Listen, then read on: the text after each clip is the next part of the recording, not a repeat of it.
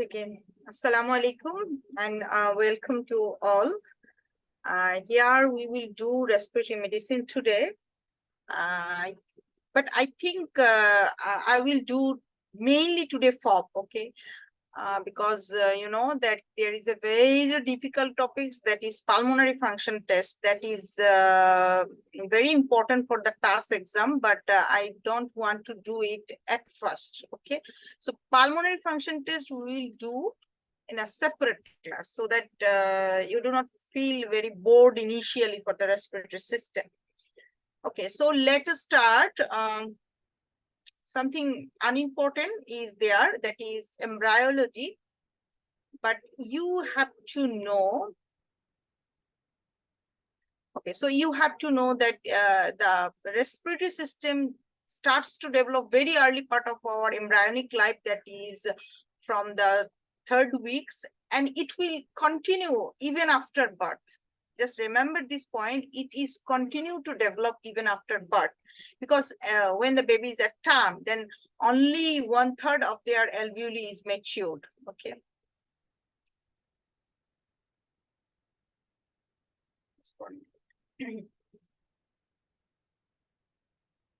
So what I said that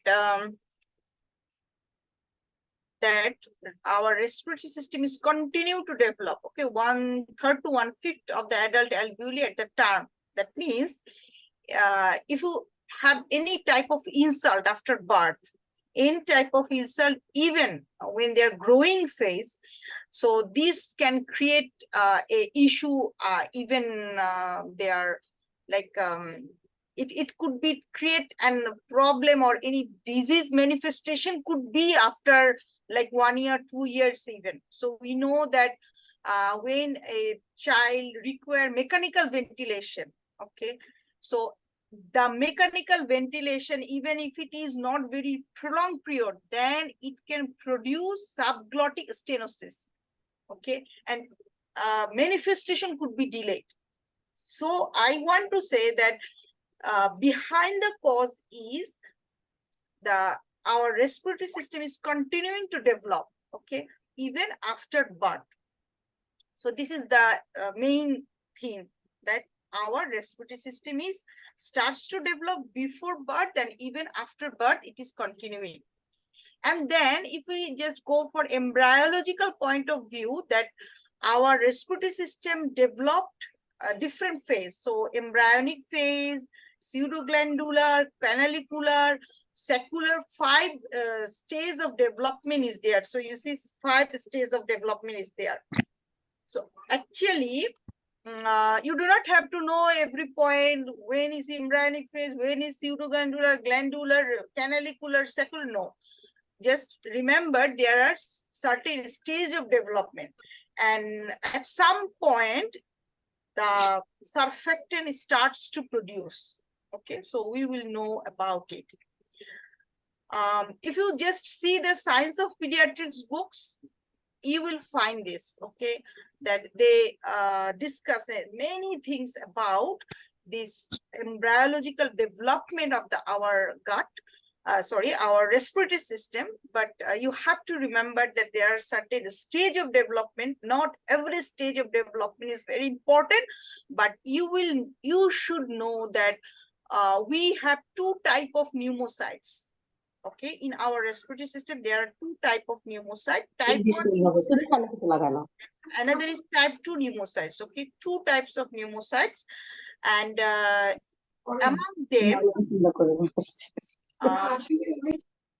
among them,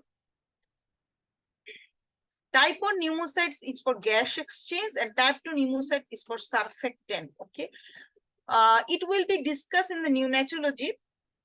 We know that respiratory distress syndrome, RDS, is directly related to the surfactant production, and these RDS, if we say that which type of pneumocytes is related with this, type 2 pneumocytes. We'll again read these things.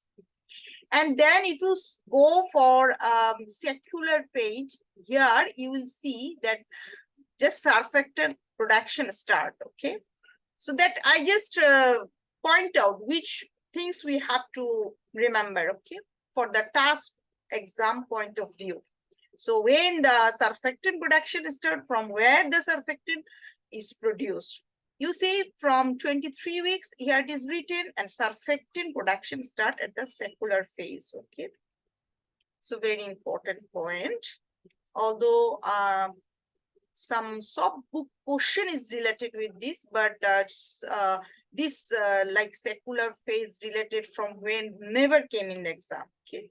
So what I do always, you see, I just point out that from where question is, which is important, how it is important, for which exam, okay? Try to remember these things, okay? Then,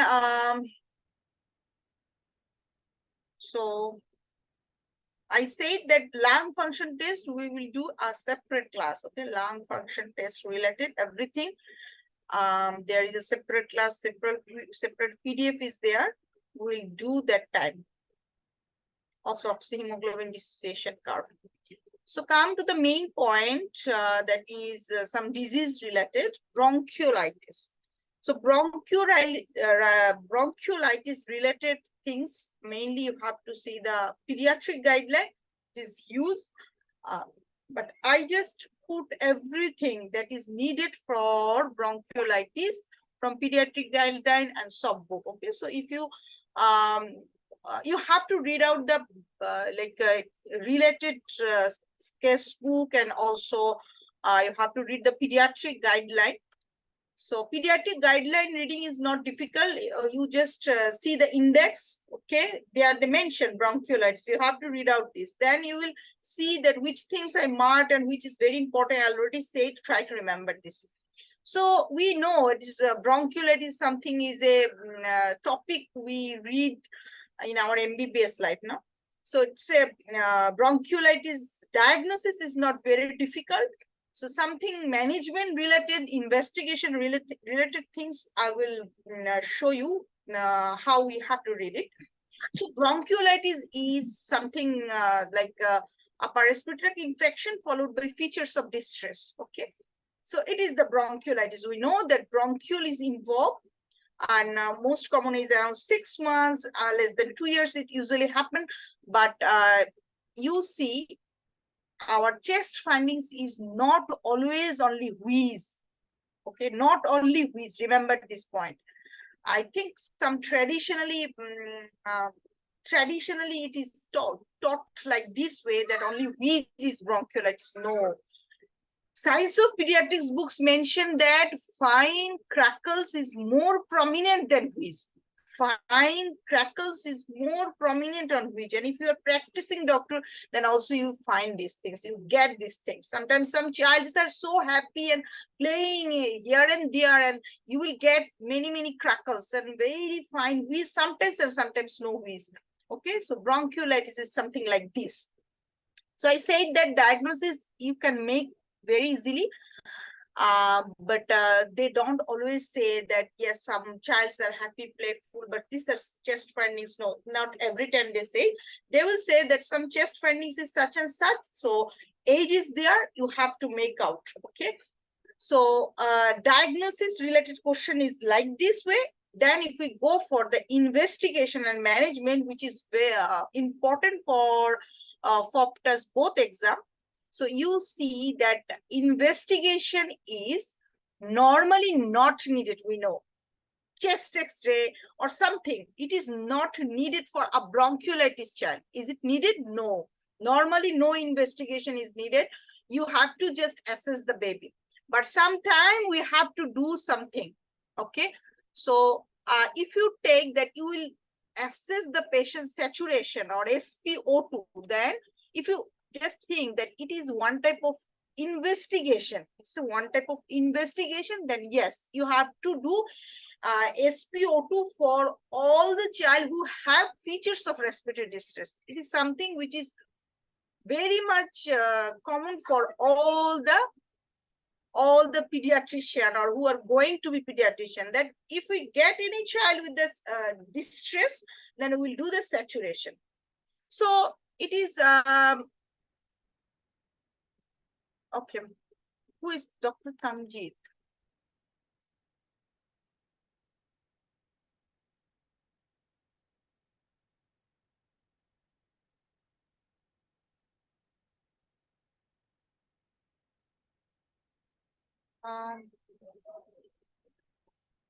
Just 1 minute. When you enters into the Zoom, then please write your name that is known to me. Okay, then it is easy for me. Otherwise, I become confused.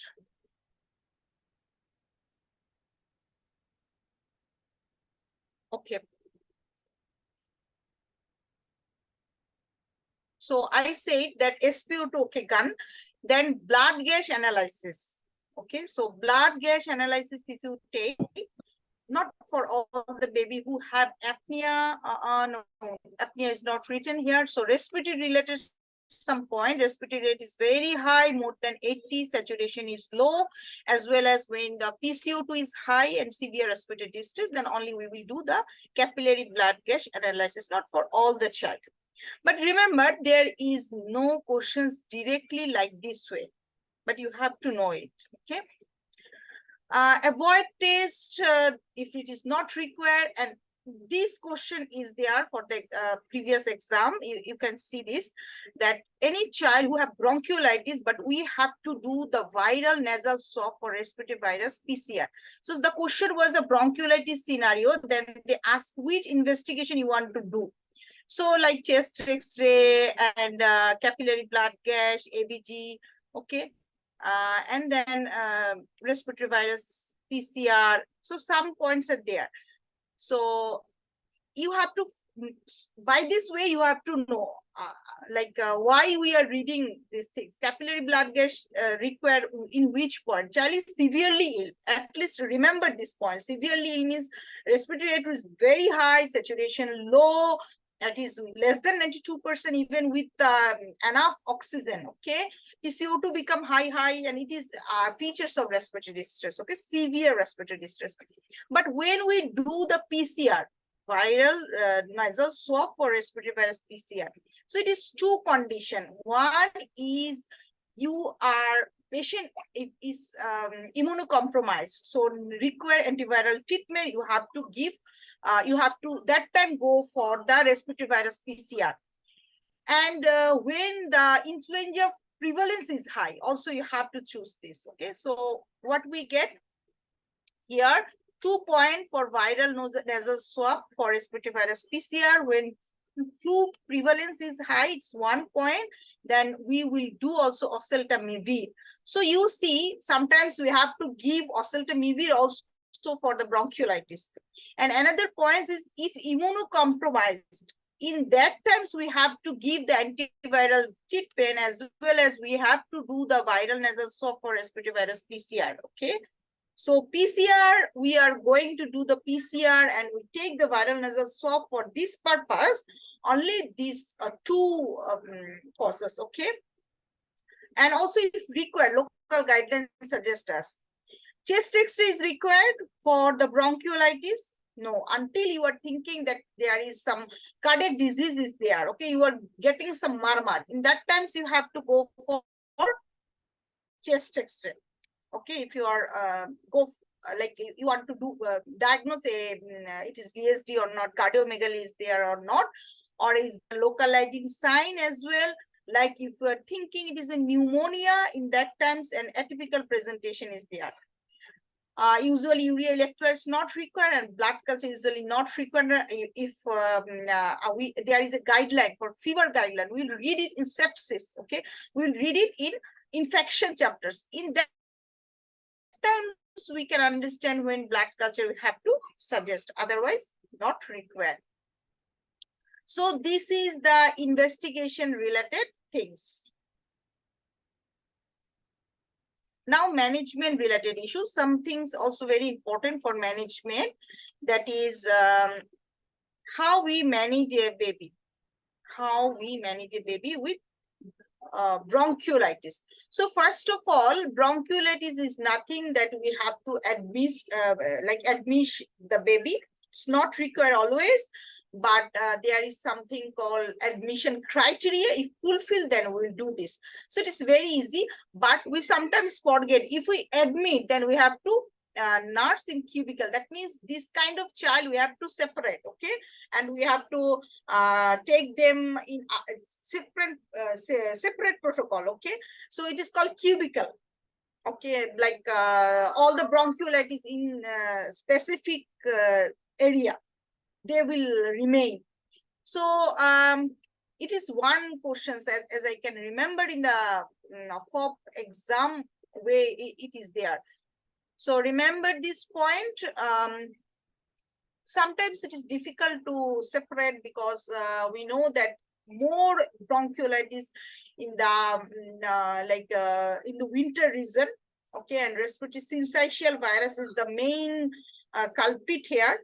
If it is difficult to separate the baby, in that times we can keep the baby in the special care unit, even 2 months age baby, okay? So there was a question like 2 months age baby and there is no bed available in the nurse cubicle, child is bronchiolitis, you can keep the baby in the SCABU even, okay? If it is available there is no child in the SCABU, you can put it there also.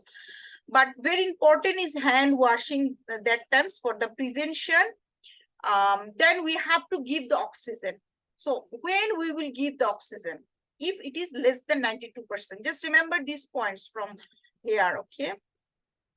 Less than 92% if there, then we will go for the oxygen. But it is not always for all the child have to go for less than 92%. It's not like that, but bronchiolitis specific, less than 92%. Okay. From here, it is important. And I say that some, where it is, admission criteria. So if child having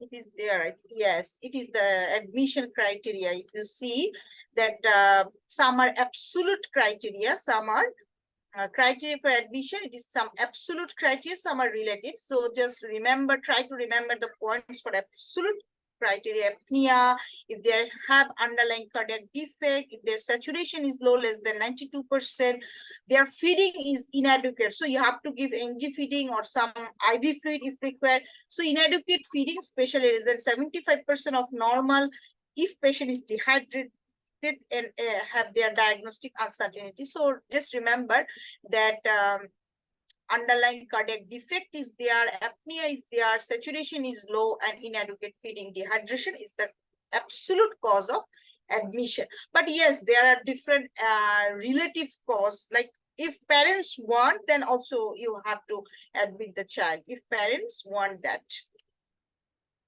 Okay, and also very younger children, less than 6 months, or they present within 3 days of symptoms, also you have to admit this child. So one thing, you need not to remember every point, okay? If you just go through this way, then you cannot complete it in the whole year even. So just you will remember, you will go through the things. So just give a reading, okay? Then different type of question will be there, then you can sort out and you can read again and again. But it's not good way that you will try to remember all the points in one go. It's not possible. Okay. What other points I want to say? Like it is an exam of multiple choice questions. So if you read out, then your sixth sense will help you. Okay, it is not like something you have to synthesize and you have to see. You have to say this point. So clinical exam, what happened? We have to say, okay. So theory exam in that point, it's not like that. If you have something in your mind, then you can produce in the exam. Okay, so believe in yourself. So this is the diagnostic the criteria or criteria for admission, okay.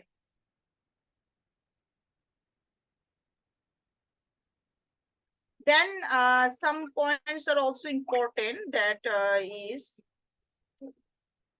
when you give their CPAP.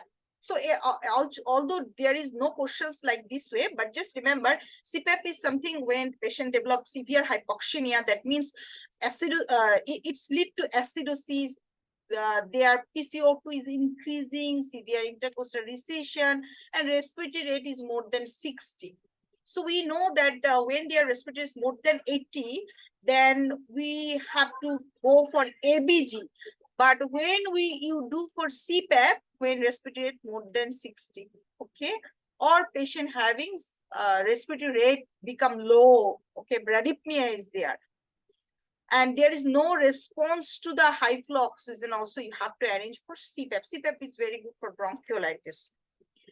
And another question, already this question is there, that when you give the child NG-tube feeding or IV feed, so child having bronchiolitis but could not manage to eat sufficient amount.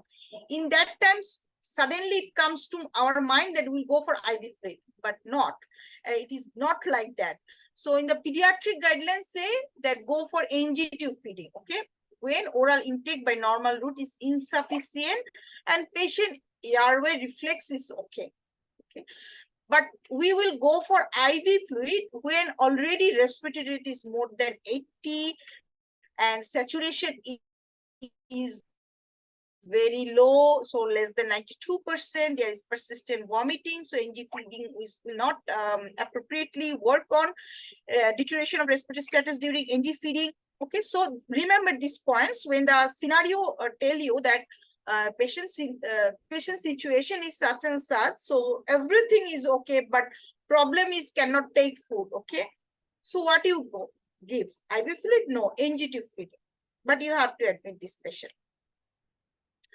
So we said that some drug treatment is there, not for all the baby, only if they have having some like high risk baby, like cardiac disease is there, then we can give oseltamivir. Okay, antiviral treatment also is there. So oseltamivir we can give when patient having some chronic condition like renal, liver, cardiovascular, neurological, chronic respiratory condition, we can give oseltamivir, or sometimes we can give antiviral treatment as well. Okay, oseltamivir is for influenza. Okay, so these two medicines already there. It is said that there is no role of this one. So there is no role of salbutamol, antibiotic, ipratropium, adrenaline, steroid. One questions also like this, as I can remember, like bronchiolitis scenario, which treatment you will choose. So there is antibiotic, there is steroid, there is adrenaline, and also there is reassurance. So we will take reassurance because nothing is no treatment is required until patient is taking fluids adequately, patient not require oxygen. Okay, so saturation is okay. In that times, reassurance is the treatment. Okay, so this is a questions in the sub books like respiratory syncytial virus related. So you see respiratory syncytial virus bronchiolitis, initial infection produce lifelong immunity. Is it true or false?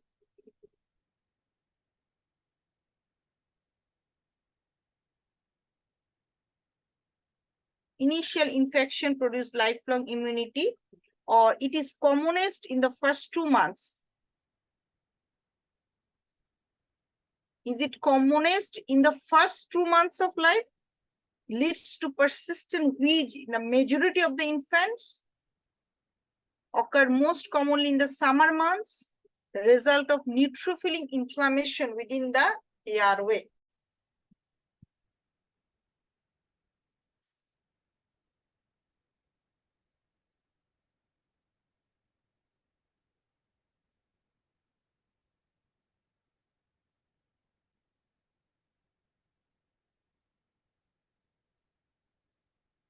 Okay.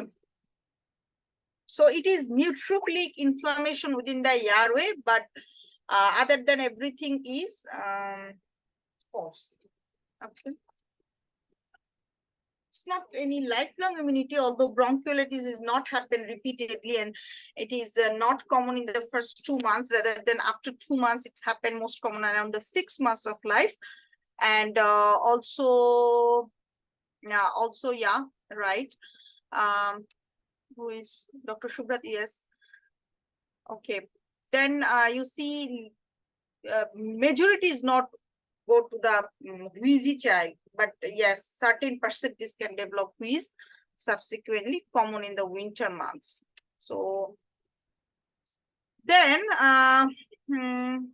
okay, so then chronic obliterative bronchiolitis is some disease which is actually always, it comes to our mind that it is something related with the bronchiolitis. Not always it is related with the bronchiolitis.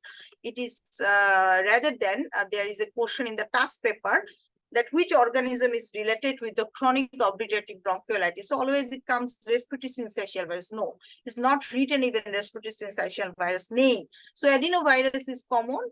Mainly obliterative bronchiolitis is a chronic condition where some structural changes is there in the bronchiolitis, permanent changes, which is very, very uncommon with the bronchiolitis. Okay. So positive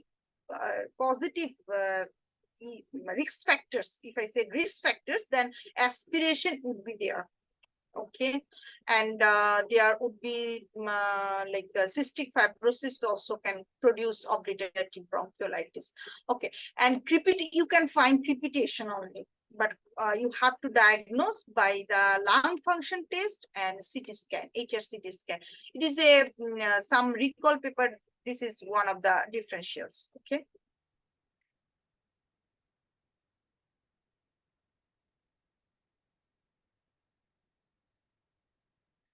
Now, bronchiectasis. Bronchiectasis is very common questions asked in the exam. How I will tell you.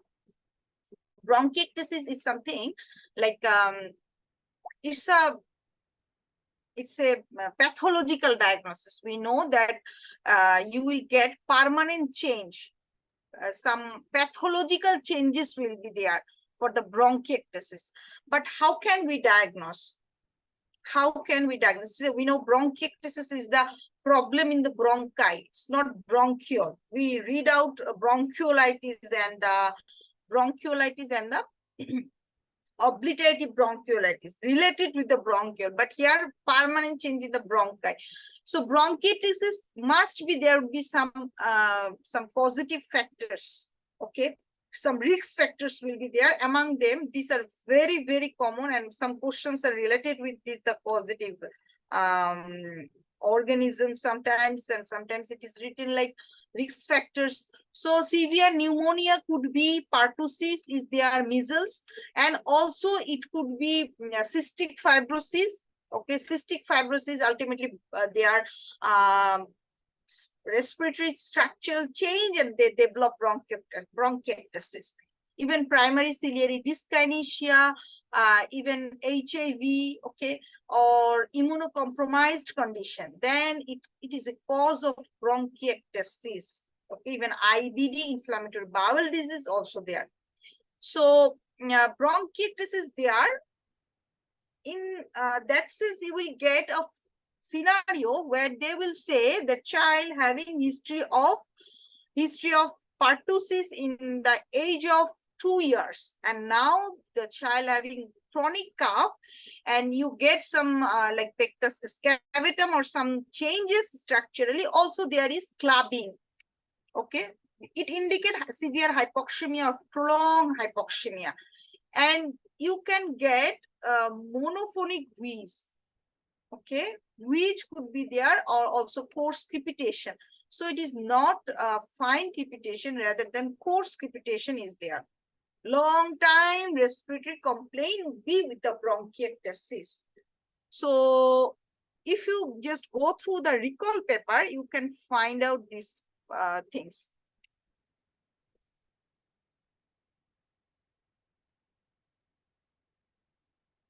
Okay. Now, cystic fibrosis. So cystic fibrosis is very, very, very important. Like in every exam, you have to face cystic fibrosis. So just we will discuss some points here.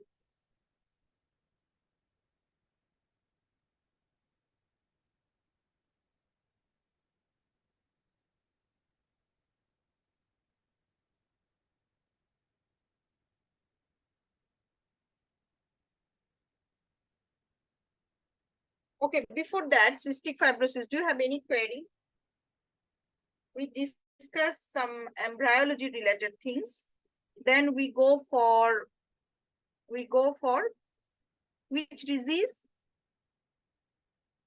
After embryological problem, we discuss with the bronchiolitis primary, and then obliterative bronchiolitis and bronchiectasis. Okay, these three diseases we discuss, and I hope if we ask few questions, you can answer.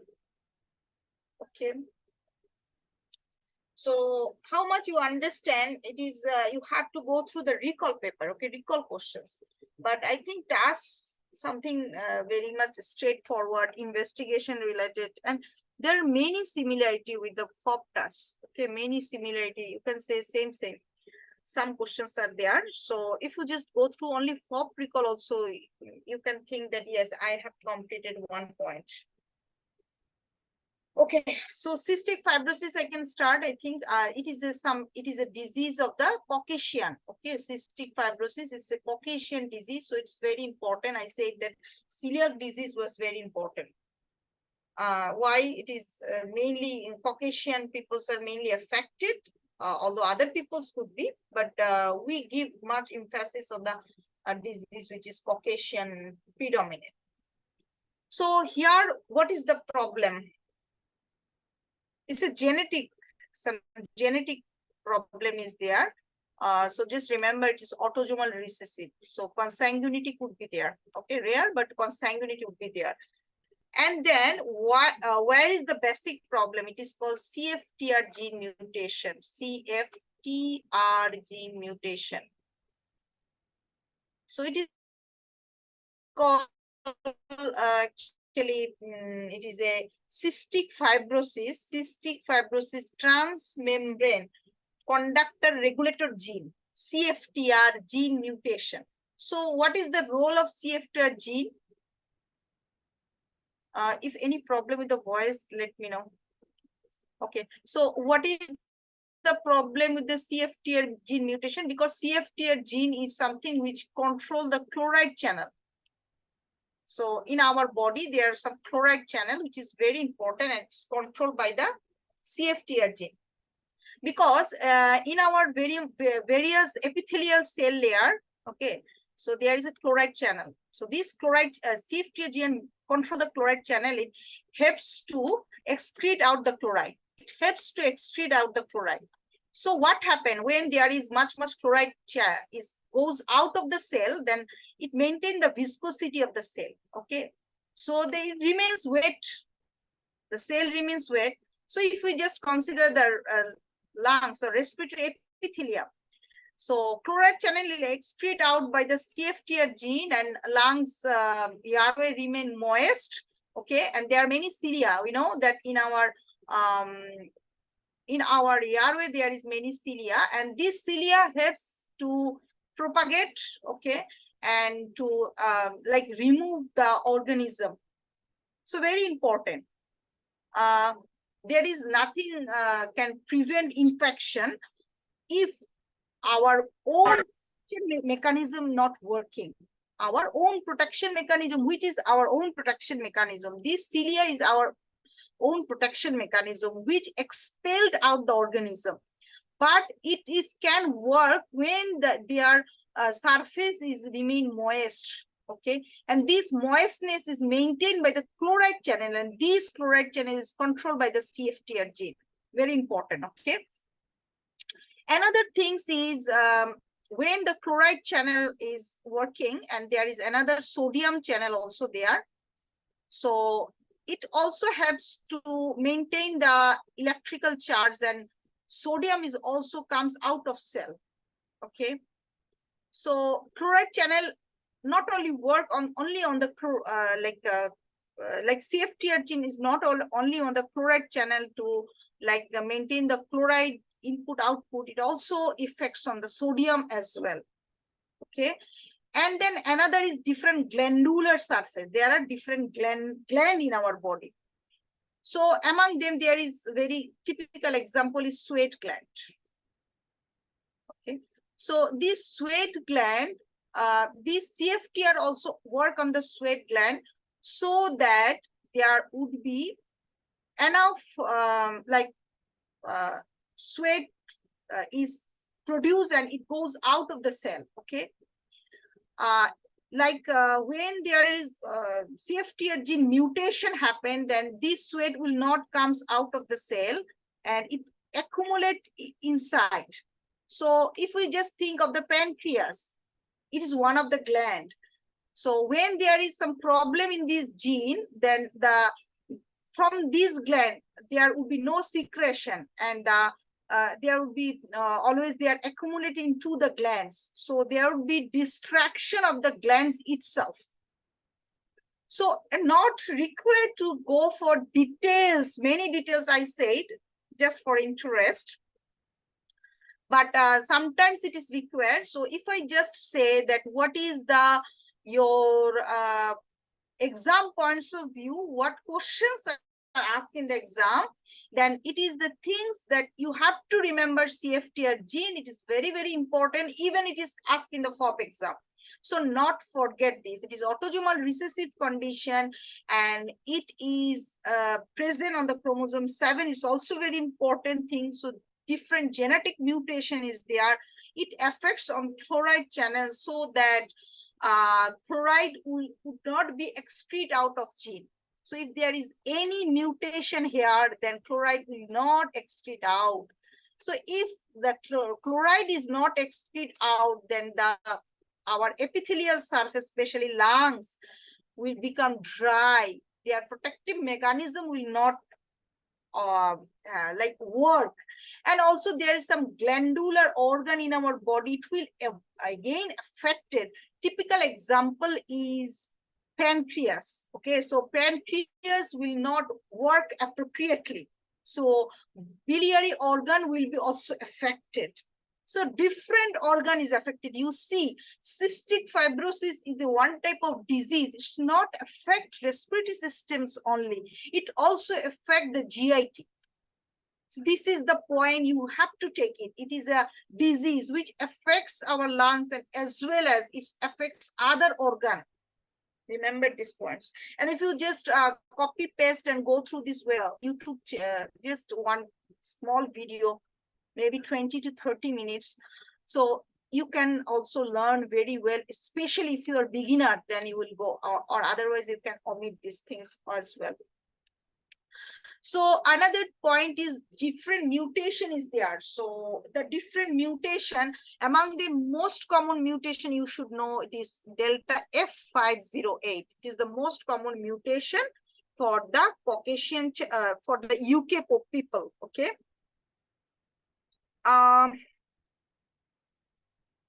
So some pathogenesis I say, it is mentioned also here.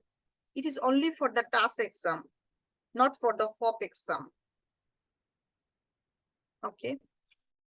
So how can we diagnose? What would be the clinical features? So the diagnosis is possible without any clinical features. How?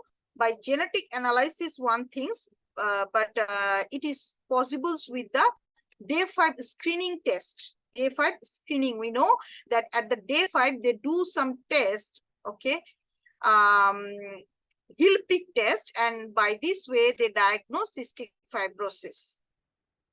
Okay, so day 5, what things they use?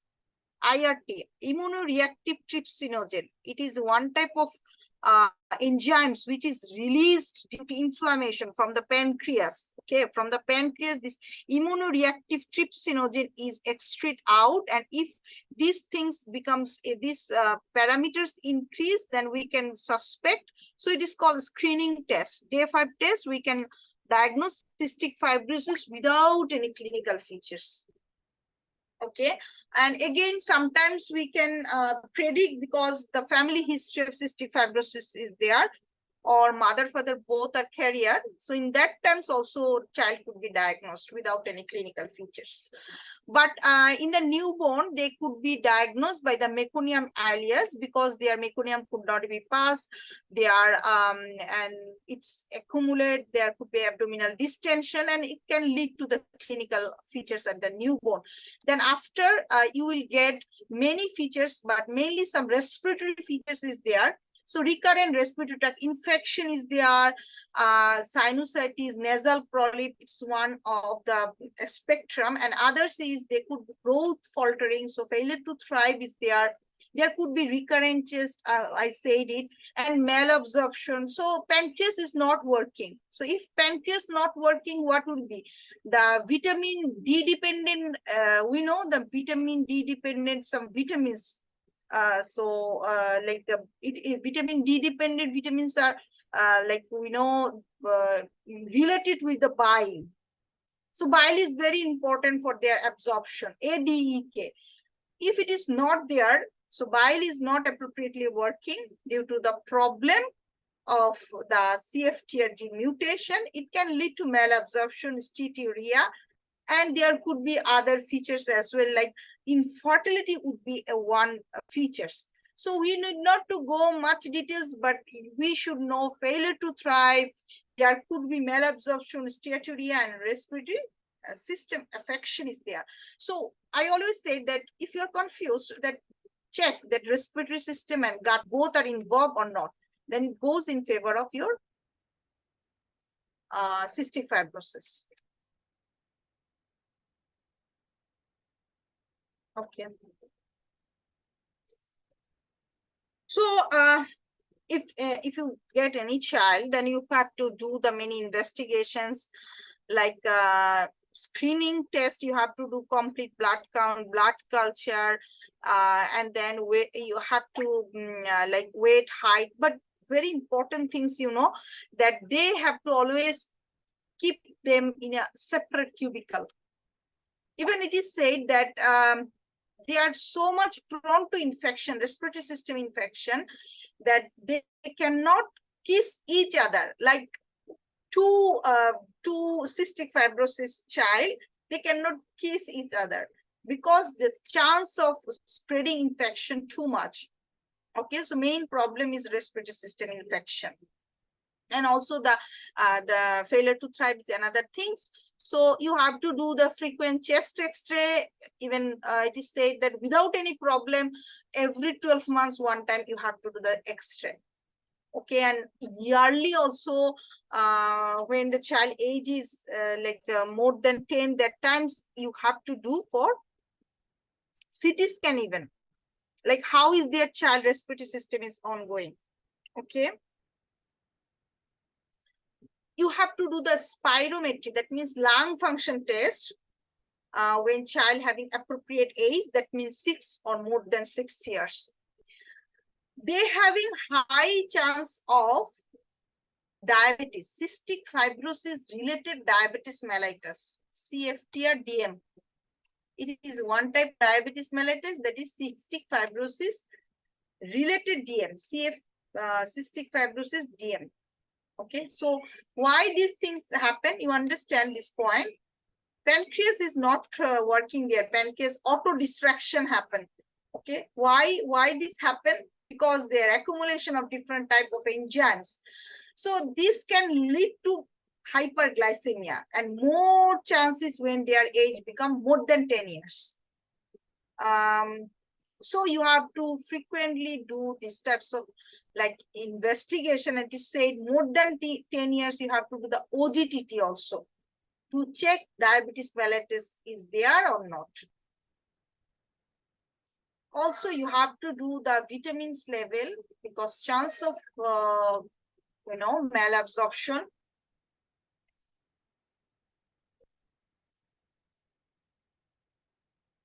They can develop liver disease as well. So you have to do the liver function test.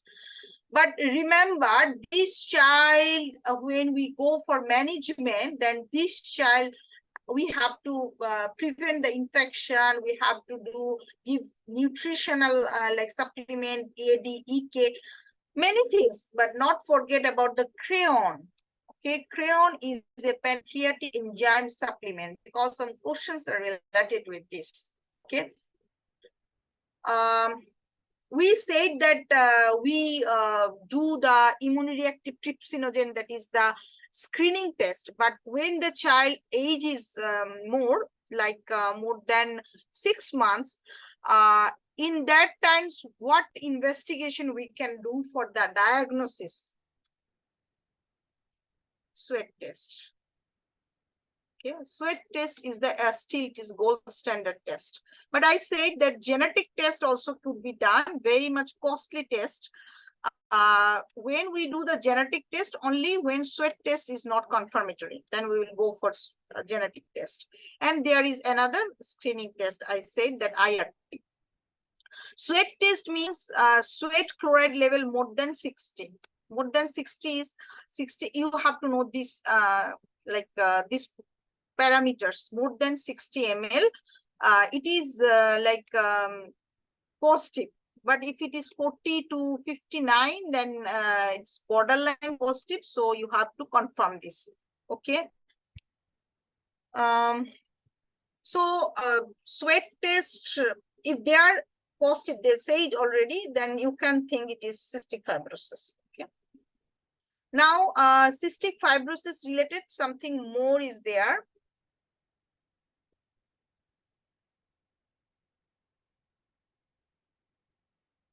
So it is called cystic fibrosis distal intestinal obstruction syndrome. Okay, cystic fibrosis related distal intestinal obstruction syndrome when a known case of cystic fibrosis. It's a known case of cystic fibrosis. Okay, it is a known case, and patient develops severe constipation with abdominal distension. Okay, abdominal distension. And also abdominal pain there. In that times, you have to think over cystic fibrosis, distal obstruction, intestinal syndrome. What is this? Distal intestinal obstruction syndrome. Okay, distal intestinal obstruction syndrome. So you can make the diagnosis just. Okay, nothing required like management or investigation. There is no questions related with this. Main problem is there, like cystic fibrosis, there is, you can get patient sodium is losing, okay, and they can develop that times dehydration very rapidly, and their organ system is, so the endocrine gland that is not working, so that their intestine in that times they can develop severe constipation. Okay, so you have to correct the dehydration, you have to give the pancreatic enzyme supplementation, and also remove the constipation by using gastrographin. So it's not very important. Remember, the cystic fibrosis patient can present it with the known case, can present it with severe obstruction, severe abdominal pain, abdominal distension. It's a complication. Just remember. Okay.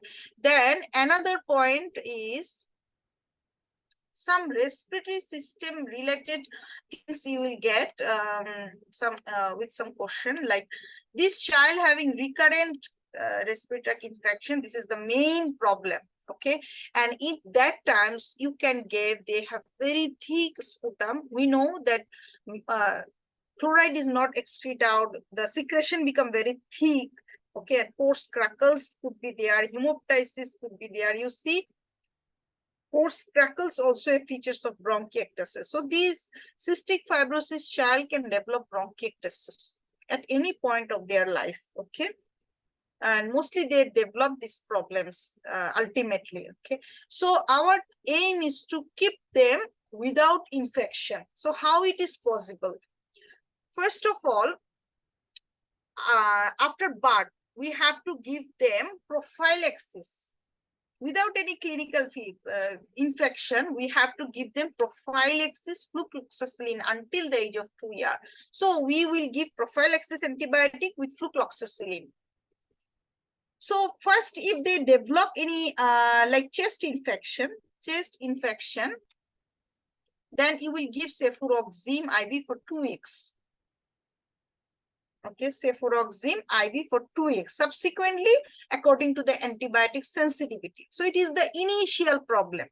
But which is the common organism? It is the Pseudomonas. It is their common organisms. But another thing is there, Staph aureus. So initially Staph aureus is common more than Pseudomonas. But we know Pseudomonas is very notorious. So initially we will start with the flucloxacillin and cefuroxime is there. But when we get Pseudomonas, then what antibiotic we will choose? We'll go for ceftazidime. Okay. So ceftazidime you have to choose. Just remember ceftazidime, tobramycin, and it is something like you have to give long time. Okay. So it is written here nicely. Ceftazidime, tobramycin once daily. Okay, according to their weight. So it is Pseudomonas aeruginosa. If there is no Pseudomonas aeruginosa, then cefuroxime. Okay. So you can understand that cefuroxime is for non-Pseudomonas organism. But for Pseudomonas, we want to choose ceftazidime, tobramycin. Even sometimes they give antibiotic and then it's called nebulized cholestyramine. You have to give it for long time in the home. Okay, nebulized cholestyramine is written otherwise. Yes, here. So cefuroxime for ciprofloxacin is nebulized cholestyramine sodium via nebulizer for 3 months. So sometimes it is required. Asymptomatic and you get first isolation, in that times you will give this, and but it is written in the Science of Pediatrics books that nowadays ciprofloxacin is not a good choice. Why? Because of resistant rate. Very important is tobramycin, ceftazidime. It's now very much very much important drug, because ciprofloxacin is resistant rate is very high. It is written in the Science of Pediatrics books. Okay. So for any kind of infection, we want to go for like IV antibiotics. Very important. Sometimes we give oral antibiotics as a preventive measures. But here, if it is not working, like you are giving IV antibiotics, patient is not working, what you will do? You will go for bronchodilator, steroid, and other therapies, and also physiotherapy. So steroid. Patient is not improved, you will give steroid as well as bronchodilator. Okay, you will give bronchodilator.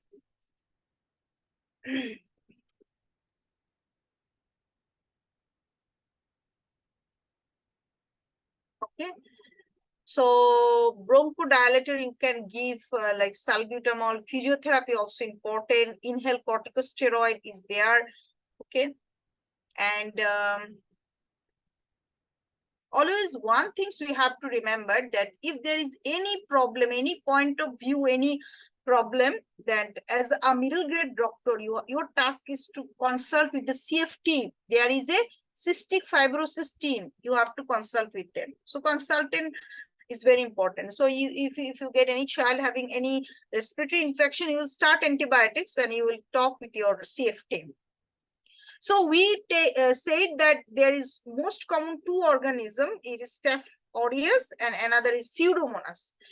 So other than there is another name, you have to just remember the name, that Burkholderia capaciae complex, okay, and methicillin resistant staphylococcus. It is also, they found these 2 organisms as well. So you have to remember, if you get these things, you cannot start antibiotic. You have to just refer to the CF team. Okay, they will start antibiotics. Cystic fibrosis, if you just read out, then you will get many things in the pediatric guideline. Okay, many things they write. Science of Pediatrics books, many things write. So don't first go for Science of Pediatrics books for this. Okay. if you start everything reading in one go, not everyone can adjust with this. So my suggestion is, first read out the pediatric guideline, what is written, but you will get very haphazard for this. So remember what point I say. You can even write it in your like a own pad, so that you can remember that what we will do. Okay, so after that we'll start primary ciliary dyskinesia. But before that, I just want to make a summary with the cystic fibrosis, if it is required. I think here someone are very much new. So I just want to make a summary that when you manage a child of cystic fibrosis, for the management point of view, you will monitor the child having any respiratory problem is there or not. So it is one things. You will give appropriate antibiotics, you will give vitamin supplementation and follow up continuously. So respiratory regarding antibiotic after birth, if you just very early your diagnosis, so you will give flucloxacillin after birth up to 2 years. Any respiratory complaint or respiratory exacerbation, you will give cefuroxime. But any point of view, if you diagnose the child is carrier of Pseudomonas aeruginosa, you will go for ceftazidime tobramycin. Then you can continue cholestyramine sodium nebulizer form as a like continuous treatment for 3 months. It is for the Pseudomonas aeruginosa. Otherwise, you can go for cefuroxime. Okay. So then antibiotic name, these 4 names, it's enough. You need not to go much in deep. And I said that Pseudomonas staphylococcus and another is Burkholderia capacea complex, methicillin resistant staphylococcus, 4 name is there. Okay. And as well as the antibiotic, you have to give bronchodilator because they are you know, cilia is not working appropriately, secretion is always thick and tenacious, so you cannot excrete out them. So you have to give something to smooth out this. So it's bronchodilators, physiotherapy, corticosteroid, inhaled corticosteroid. But another things is there, it is called DNAs, Donage in alpha, DNAS, AC. Okay, so it is like it's very costly. It's reduce the thick secretion. Okay, it makes thin out. It makes the respiratory secretion thinning. DNase alpha. Okay, DNase alpha. So another important things, which is a new added things, but you have to know it. You have to know it. Without it, your learning will not complete. It is the evactor.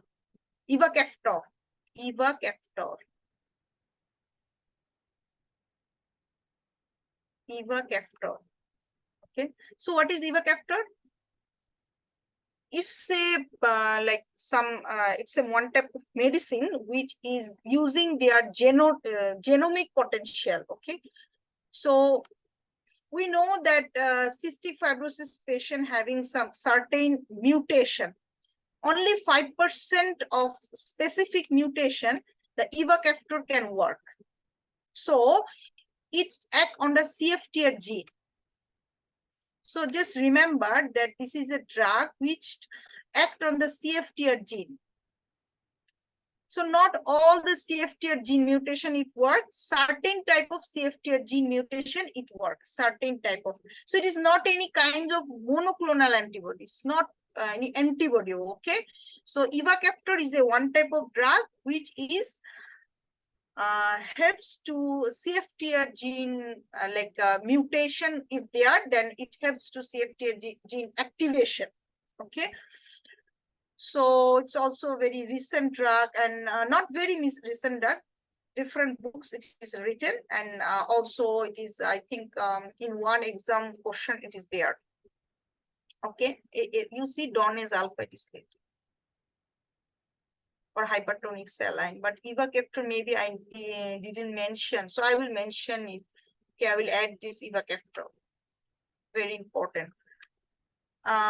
Just you should need to know the name only.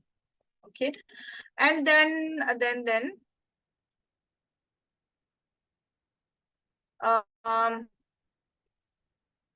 chicken pox and CF, how we manage, we'll read it in our infection chapter. Okay, see, when there is chicken pox and child is CF, okay, immunocompromised, we'll read it that time.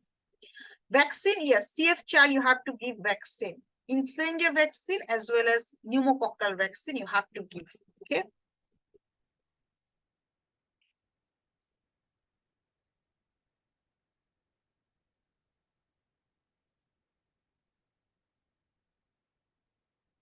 And if they're exposed, how we will take exposed to chickenpox, how we'll do it is written in the infection chapter. Okay, we'll discuss it that time. But if already infected, then how we will go? If child is already infected, then we'll give oral corticosteroid. Okay, acyclovir 10 milligram per kg orally 6 only for 7 days, as well as oral antibiotics. If chickenpox is already there, we will give oral corticosteroid. Child is not taking oral corticosteroid, sorry. In that time, if already there, then we'll give acyclovir and oral antibiotics. If taking a steroid, then we will discuss with the microbiology consultant regarding the varicella zoster immunoglobulin. Okay, so never came in the exam, but just nice to know. Okay, so we can take one break, I think. Otherwise, it can't continue. So it is 9:08, so we'll come at 9:15. Okay.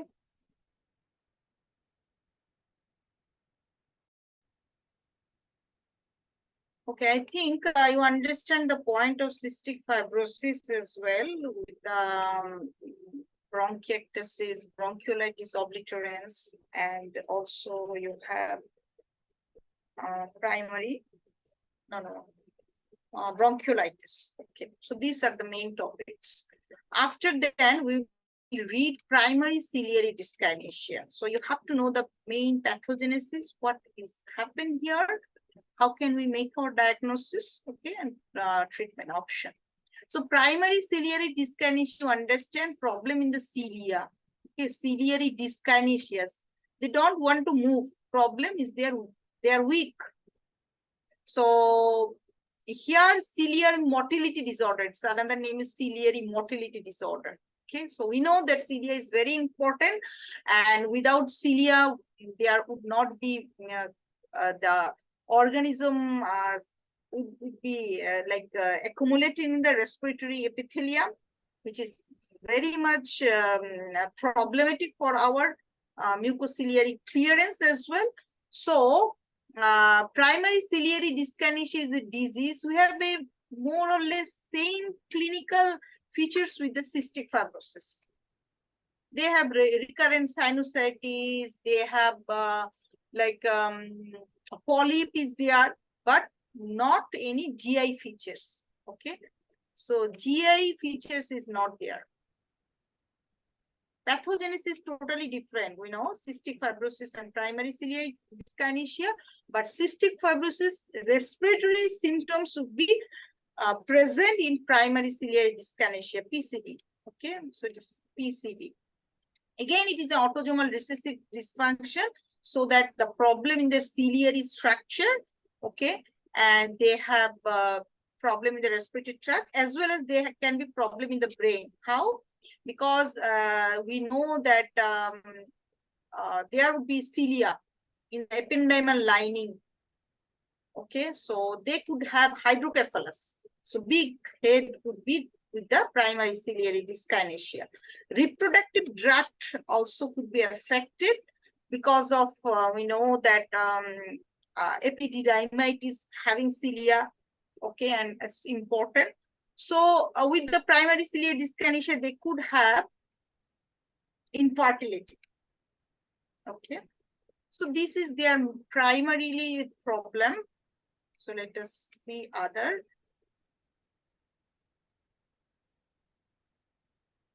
Okay.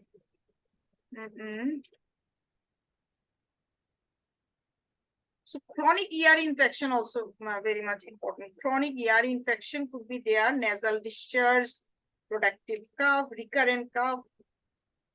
Okay. Another things we should not forget, or we have to remember, that is Cartagener syndrome. So how the Cartagener syndrome? If they have primary ciliary dyskinesia, along with you will get child having dextrocardia. Okay, dextrocardia, 50% have dextrocardia. Okay, or situs inversus, like liver is on the left side, stomach is on the right side, so all the things are opposites. So in that time, so dextrocardia or situs inversus, you will think that it is Cartagener syndrome. Okay. So whenever we discuss with the primary ciliary dyskinesia, we have to know the Cartagener syndrome. Okay. So different clinical manifestation is there. But if you just see that they are these pictures, you can also remember nose affected, ear affected, okay, sinusitis or it is media. There will be bronchiectasis events, situs inversus. Okay. So how can we diagnose? How can we diagnose? So you can understand that we have to see the cilia.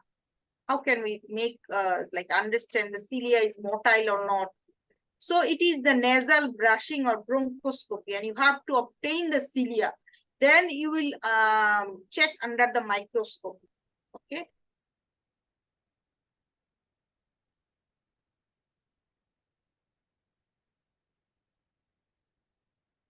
Confirmatory. But as a screening test, you can do like exhaled nasal nitric oxide level. Okay, it will be very, very low in primary ciliary dyskinesia. Exhaled nasal nitric oxide level. Okay, nitric oxide, but it is nasal only. Nasal nitric oxide, exhaled nitric oxide. It will be low in PCD patient. Otherwise, it is normally would be a certain level it persists.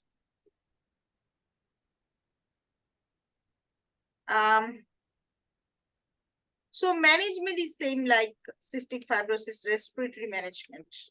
Yeah. And not to discuss with these things. Now we will discuss a case and you will answer. So see, a 10-year-old boy present to your clinic, having recently moved to the region from elsewhere in the UK. He has a long history of troublesome cough. He developed respiratory distress shortly after birth, following a pregnancy complicated by maternal group B streptococcus. He was treated with antibiotics and required oxygen for 2 weeks. Over the past 6 months of life, he was in and out of hospital with further respiratory illness, each time requiring oxygen. Throughout the life, he has persistent rhinitis, blocked nose, and wet-sounding cough. He had blue ear, but mom declined grommet insertion, and instead of blocked nose and wet-sounding cough. So what do you get? First of all, you see 10 years, okay? It is the 10 years and child is not born here, like not in the UK, and having recurrent respiratory tract infection since birth. This is the main things. So every time of respiratory infection require oxygen, even IV antibiotics. So it is not the viral infection. What other things? Persistent rhinitis and blocked nose and wet sounding cough.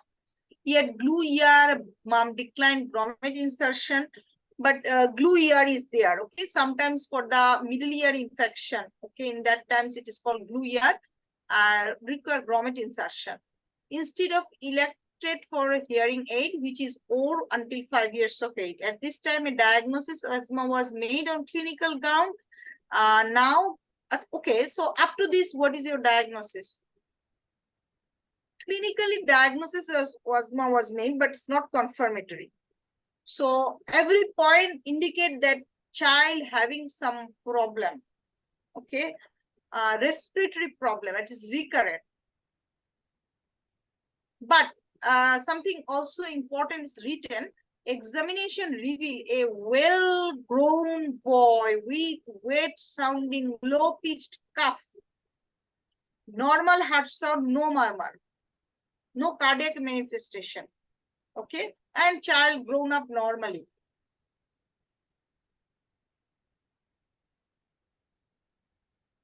Okay, so anyone want to say it is cystic fibrosis? Is it possible? When there is recurrent respiratory infection, always we put cystic fibrosis. We can put, but our main diagnosis here, primary ciliary dyskinesia. But when the child having recurrent cough and if you are thinking some primary ciliary dyskinesia, cystic fibrosis, also immunocompromised condition like hypogammaglobulinemia, HIV.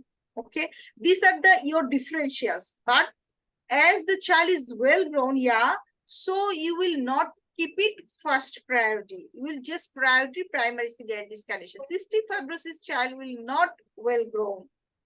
Problem in the GI tract. Their pancreatic juice is not properly working. So vitamin A, D, E, K is not there. So how they will be grown up? Okay. So which part of the respiratory is most likely to be abnormal if it is primary ciliary dyskinesia? So you see it is a TAS case book, okay, from TAS case book, and case book number is mentioned here, chapter 4. So you see, they do not ask you diagnosis. They ask you the main pathology. But if you don't make your diagnosis, how can you say that it is like cilia or something? Okay, so TAS exam also you have to know the diagnosis. So it is the cilia, which is the most appropriate investigation to screen for the suspected condition.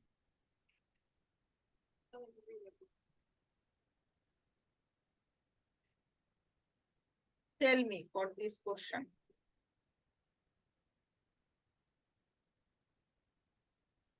Nasal exhale nitric oxide. Nasal exhale nitric oxide. Okay, so we are not thinking sweat testing, okay, saccharine, pulmonary function test, chest X-ray. Yes, nasal exhale nitric oxide.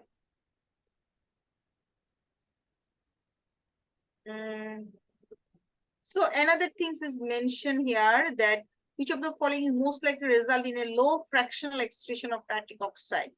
Atopic disease, contamination of sample from nasal sinus, carcinogenous. So carcinogenous indicate primary ciliary dyskinesia. It is related with very low level of fractional excretion of nitric oxide. Okay. So this is taken from Science of Pediatrics books.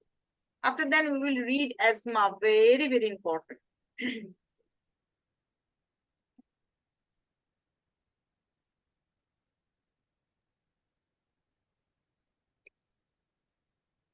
So any questions with the primary ciliary dyskinesia or something you have to make clear?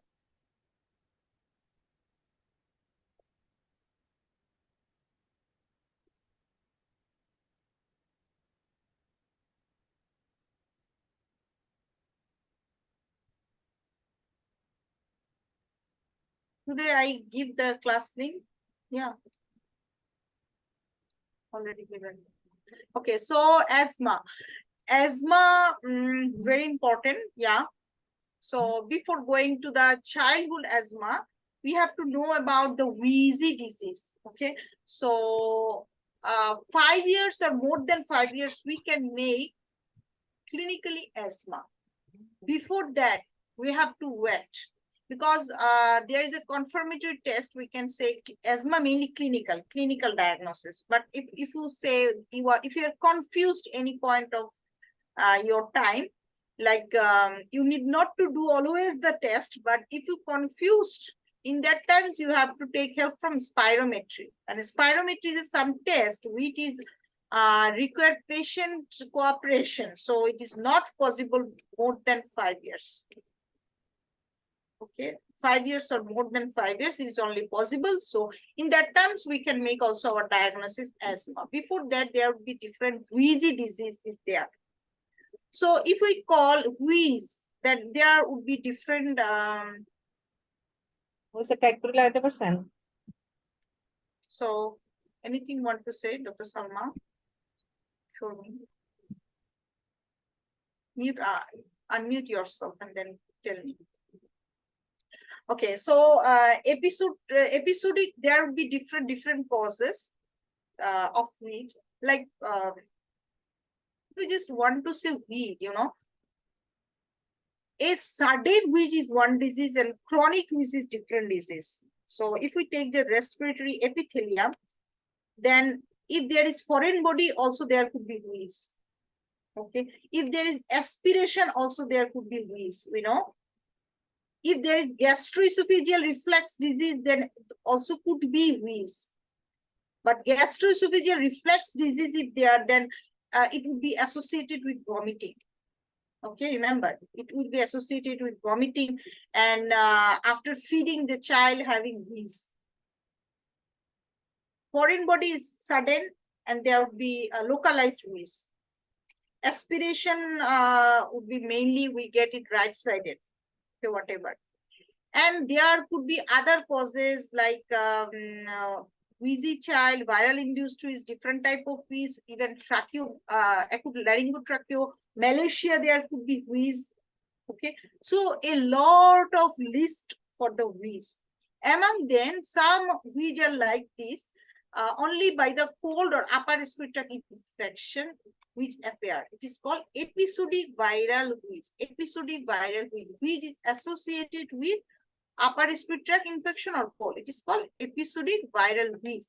Different organism there, respiratory syncytial influenza, different organism is there. Okay, viral infection is there mainly. Then another type is multi-trigger wheeze. Okay, multi-trigger wheeze. It means it could be related with the pets running around and cold weather. Like some parents complained as if like my child if take prolonged bath, then wheezy appear. Okay, so different infection, different causative agent could be there, and it is called multi-trigger wheeze. So multi-trigger wheeze having certain percentage, they goes into asthma. And it is called when they are late onset and persistent, then they goes into or turn into asthma. Okay.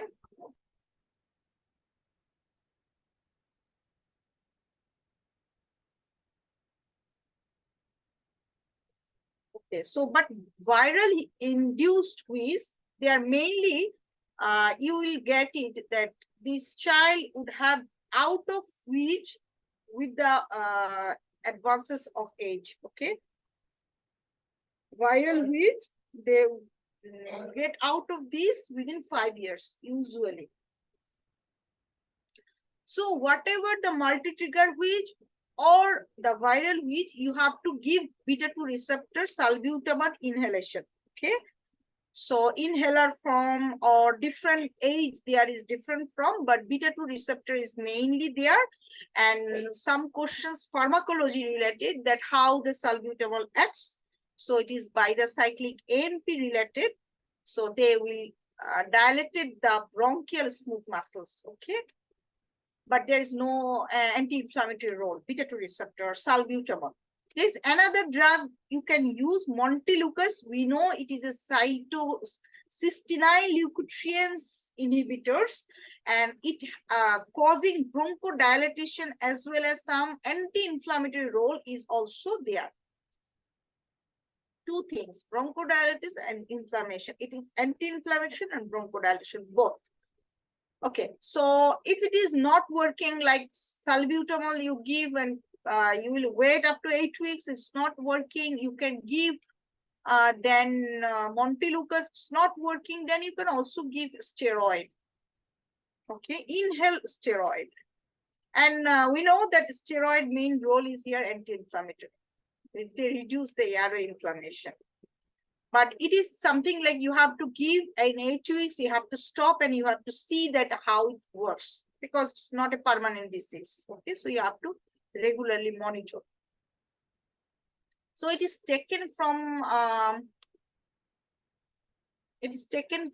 Science of Pediatrics books. They write it. You see 8 weeks, and then you will observe or stop for the 4 weeks. If recur, then you can.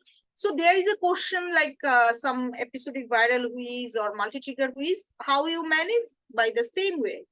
Okay, both beta-2 agonist, Montelukast, and steroid. Okay, so certain percentage of multi-trigger which can turn into asthma. But how can you predict that there could be asthma? There is an index which is called asthma predictive index. Here are some major criteria and some are minor criteria. You have to remember that if parental history of asthma or there is atopic dermatitis from the childhood age, child having severe itchy, skin rash, okay, so atopic dermatitis, that means.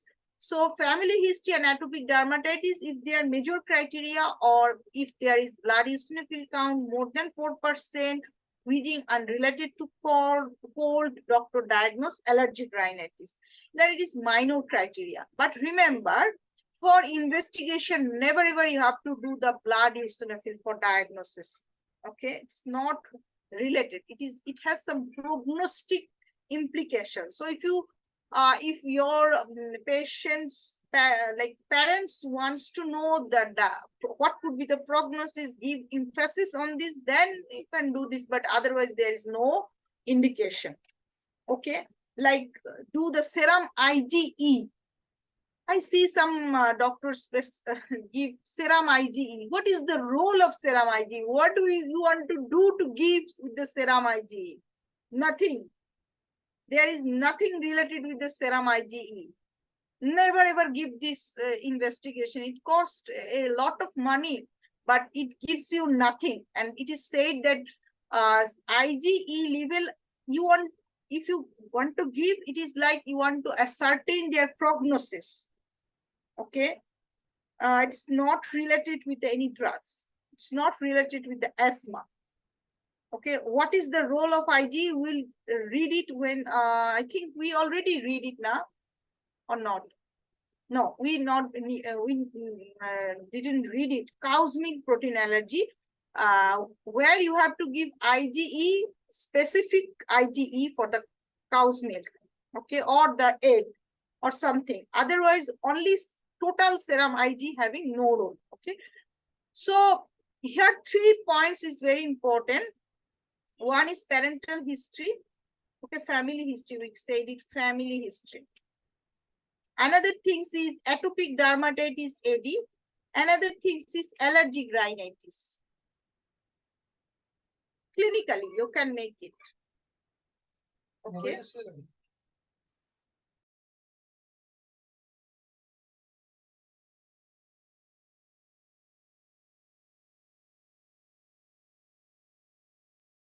Okay, so atopic dermatitis, allergic rhinitis, family history. You see, it's called like allergic MRCPCH.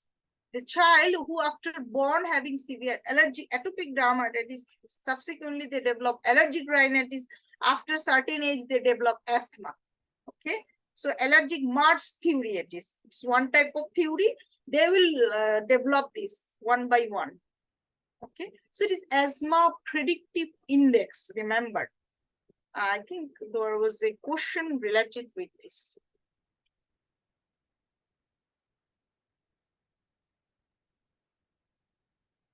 Now, when you give like nebulization, or you have to give like inhaler, so what forms you have to use it?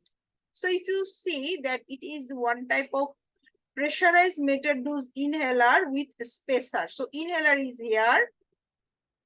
Okay, inhaler with the spacer. It is for the child under 2 years of age or who cannot take the inhaler appropriately. In that times also this spacer can be used. And dry powder inhaler, DPI, it is said that it can be used from 4 years and more. And nebulization when there is any exacerbation of asthma.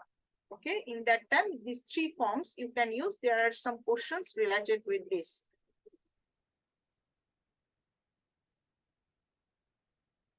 Then,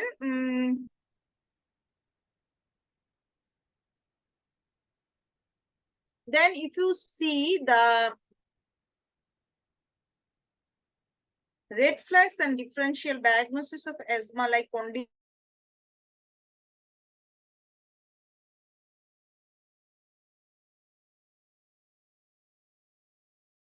like wheeze, but having clubbing. Is it possible it is asthma? Very unlikely. You have like it is totally impossible. Clubbing means bronchiectasis, cystic fibrosis, ciliary dyskinesia, something is there. Okay, or if you see the child having recurrent pneumonia with asthma, it is unusual. There could be something serious like immunodeficiency, cystic fibrosis could be there. And a asthma child will be physically competent. Their weight would be normal weight height. Okay, there would not be any like failure to thrive normally. So if failure to thrive, you have to make other diagnosis. Okay. So you can just read these things.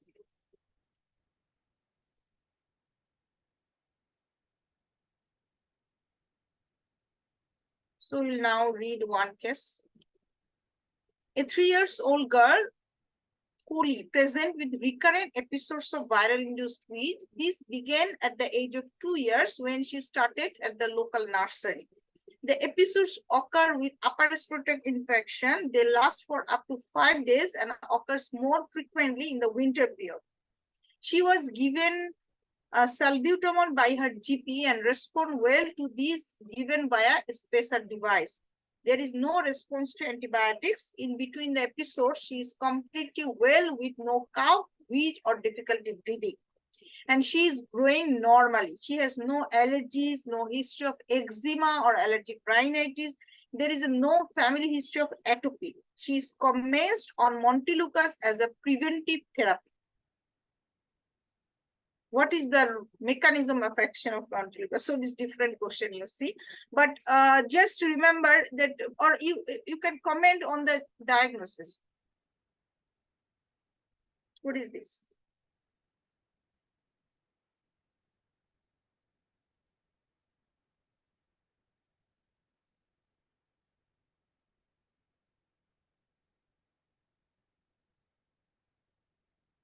So just with the infection, huh? So it is viral induced wheeze. Okay, so it is a viral induced wheeze, and you see there is no family history. Chance of asthma, like transferred into asthma, is very like unlikely. No family history of atopy, no history of eczema or allergic rhinitis. Okay.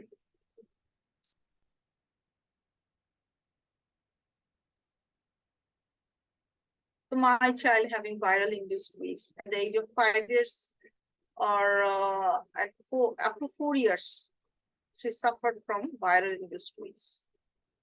Okay. Now, what is the statement based? Describe the mechanism of action. Okay, I think you make it. Blocks the action of leukotriene D4 in the lungs. A is the right answer. Which of the following is not a reach? It is a very common questions, you know. Much, I think at least 5 to 6 times it came in the exam. Okay. So very important. No, it is not related with gamma interferon. Okay.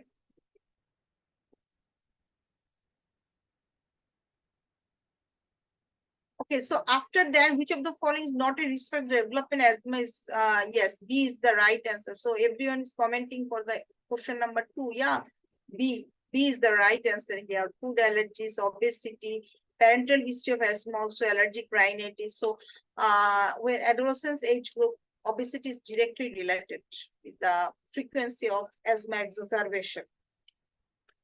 Okay, now we will read the asthma management, acute management, very important. I think for this, you have to go through the pediatric guide. If you don't want to go even, only if you want to read the PDF, it's also enough. But for this, you should go to the, like one time at least, pediatric guideline, very important, okay? So if you just check,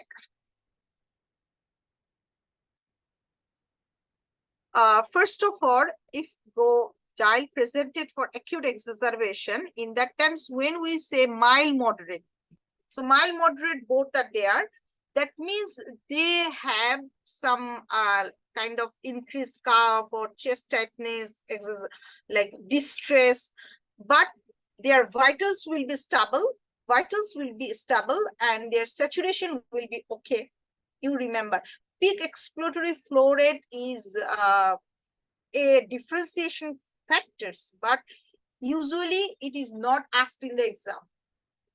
Because when there is exacerbation, that times, I don't know peak expiratory flow they do or not, but never ever asked with the relation with the peak expiratory flow. Okay, so what I said, that mild or moderate, just remember, here are some acute exacerbation, but their vitals are stable and saturation more than 92%.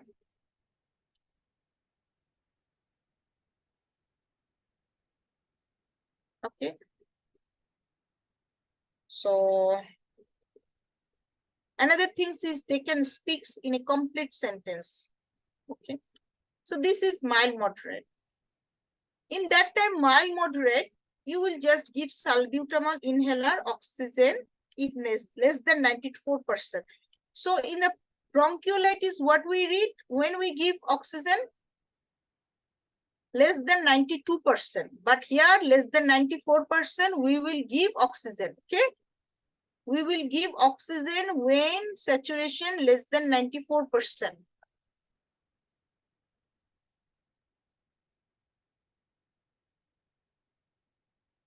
So for mild moderate, we will give oxygen and other support, like for wheeze, we can give salbutamol, as well as prednisolone, we can give orally.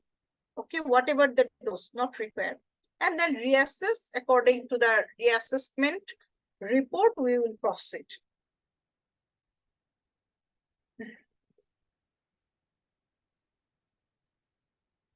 So after that,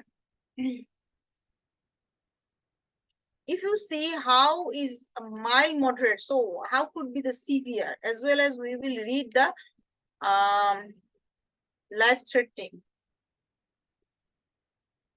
So when is severe, we said now that a mild moderate, their vitals will be stable, but here vitals will be unstable. Okay, respiratory rate or heart rate will be unstable. The saturation is low, less than 92%, or they are breathless to talk or feed. Okay, they are too breathless. They cannot speak in one sentence.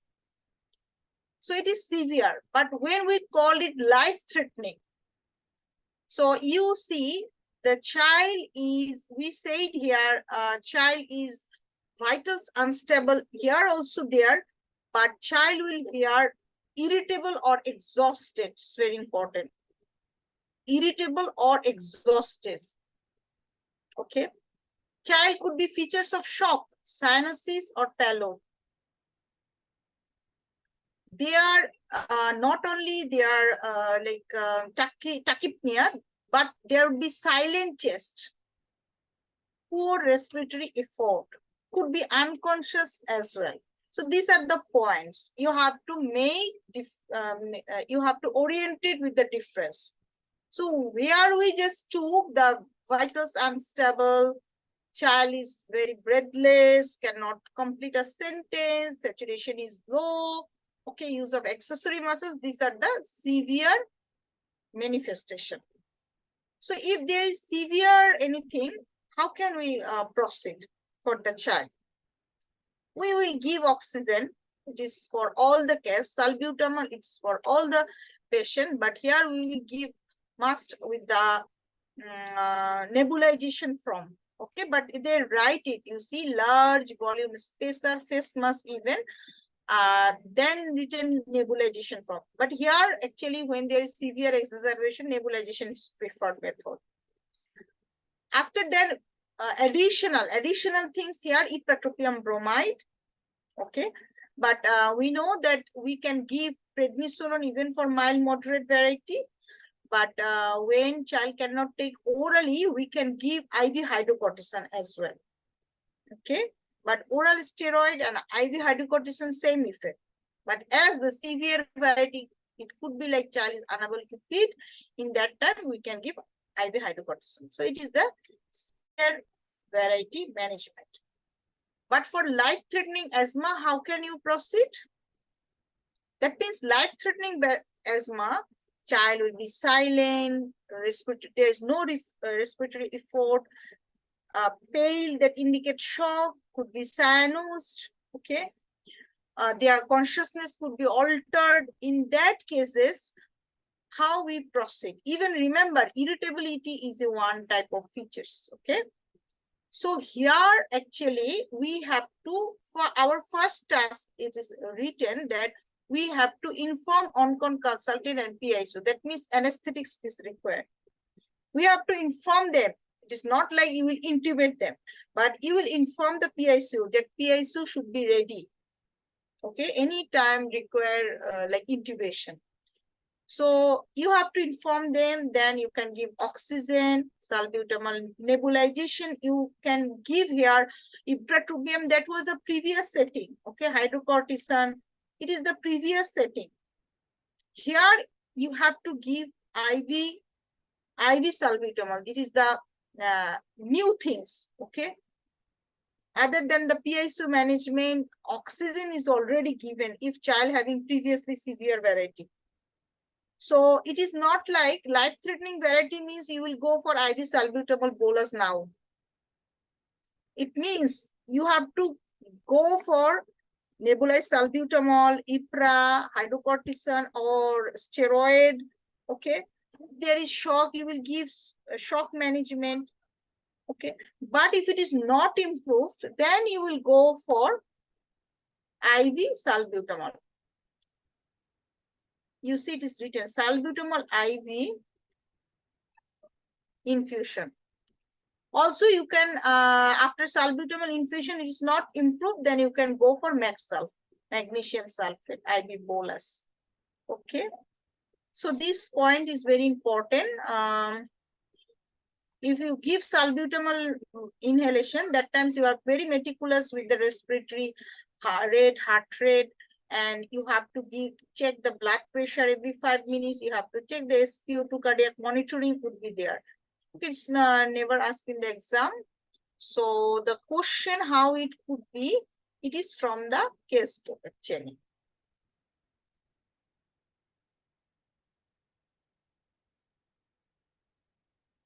Before that, I just want to remind you that this is the difference between severe asthma and life-threatening asthma. Already we said it, but again I write it so that you can remember. Now we will solve this question. You are on call for pediatric admission. Eric, a 9-year-old boy with long-standing history of asthma, attends with an acute exacerbation of breathlessness with wheeze. On admission, his oxygen saturation were 91% in AR and his heart rate was 120. He had widespread wheeze and was using accessory muscles. The emergency department ST1 doctors gave him nebulized salbutamol and ipratropium bromide driven by oxygen and oral prednisolone. After his oxygen saturation at 92% and 50% oxygen, but he is drowsy.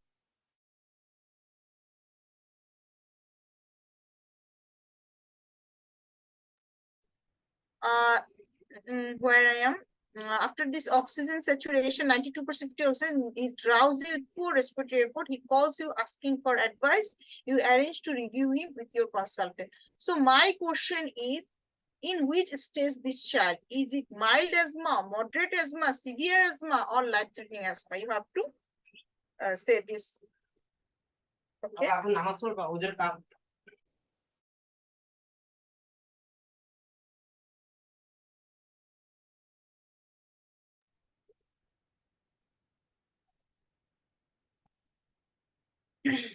Tell me which variety asthma it is. Read out and then tell me.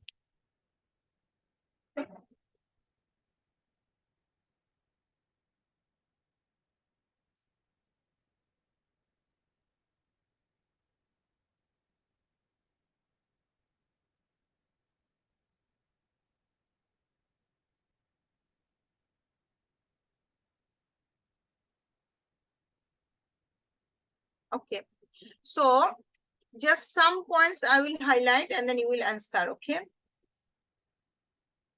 So we will here want to see breathlessness and wheeze. It is could be there any point of any type of asthma. It's not a big deal. Then saturation less than 92% goes in favor of severe asthma. Here 91%. So we can take it. But if any features is life-threatening asthma, we take life-threatening asthma. Any features of severe asthma present, we'll take severe asthma. Okay. So that means you will get some features of mild, but some features of severe asthma. You will take severe asthma. So one is severe asthma features. So heart rate, okay, no, 120 normal, widespread wheeze, accessory muscle, okay. They give nebulized salbutamol, IPRA, oxygen, oral, everything is given. Then oxygen saturation becomes 92%, but is drowsy and poor respiratory effort. Where it is? Tell me. Where it is drowsy and poor respiratory? Yes. So how can we say life-threatening? Because child having altered consciousness, drowsy. Okay. So you have to find out you have to remember the some points of life-threatening asthma. You know, you have to know that where the question is, or you have to know from where they repeatedly give questions. Like they give repeatedly questions from asthma acute management. So before exam, you have to read out. But you have to just remember this difference.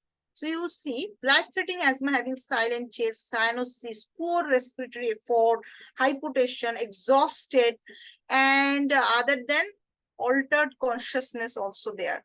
Okay, it is written here. Altered consciousness. So they give you 2 points, na? Poor respiratory effort. It is also life-threatening asthma features and altered consciousness also. Okay, so it is life-threatening asthma. So if it is life-threatening asthma, what is your choice of drug from here? Tell me. Hydrocortisone, already patient got it.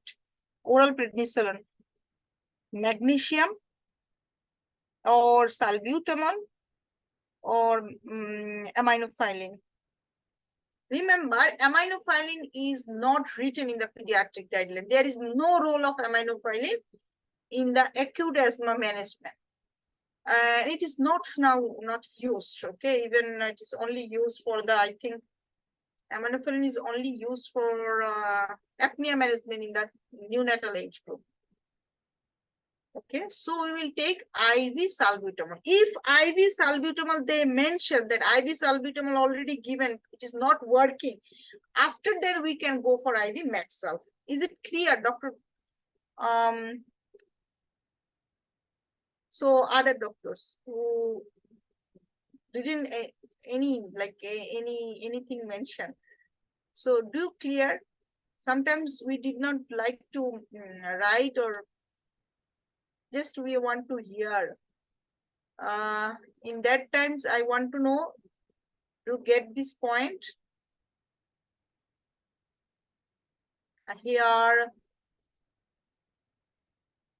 Dr. Reja is there, Dr. Qaida Amar, Dr. Prashanjit.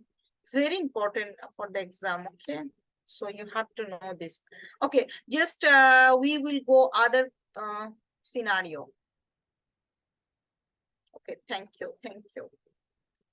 So now a 3-year-old girl with a history of asthma attends with an acute exacerbation, has oxygen saturation of 90% in ER. She had widespread wheeze or auscultation. 3 years, acute exacerbation, saturation is low, but there is wheeze. What things you want to give for this patient?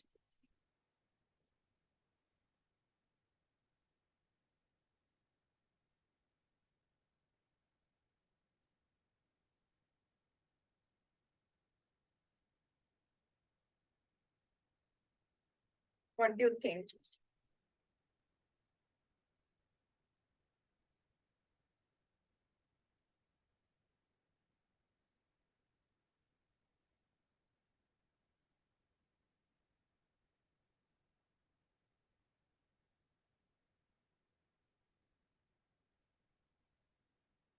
For the first question, we have to give salbutamol. Okay, acute exacerbation, always we choose something nebulized from nebulized salbutamol driven by oxygen. And also we choose why oxygen? Because there is saturation very low. Okay, it could be viral induced wheeze exacerbation. Okay. Other than anything, no, they already said it is asthma exacerbation. Okay, so H is the right answer. After then, 5-year-old boy present with a cough and oxygen saturation 96% in ER, he has widespread wheeze on auscultation. Saturation is okay or not? 96%. No problem with the like saturation. In that case, what you want to do? So it is not exacerbation even. So we can give inhaled salbutamol with spacer, okay? With the spacer. Patient like to use spacer in the pediatric age group. But face mask must less than 2 years or 2 years or less than 2 years. So just spacer with the salbutamol. Oxygen saturation is okay. Then 6-month-old boy with acute respiratory distress, saturation of 90% in ER. He has widespread wheeze and crackles on auscultation. What is your diagnosis? First tell me.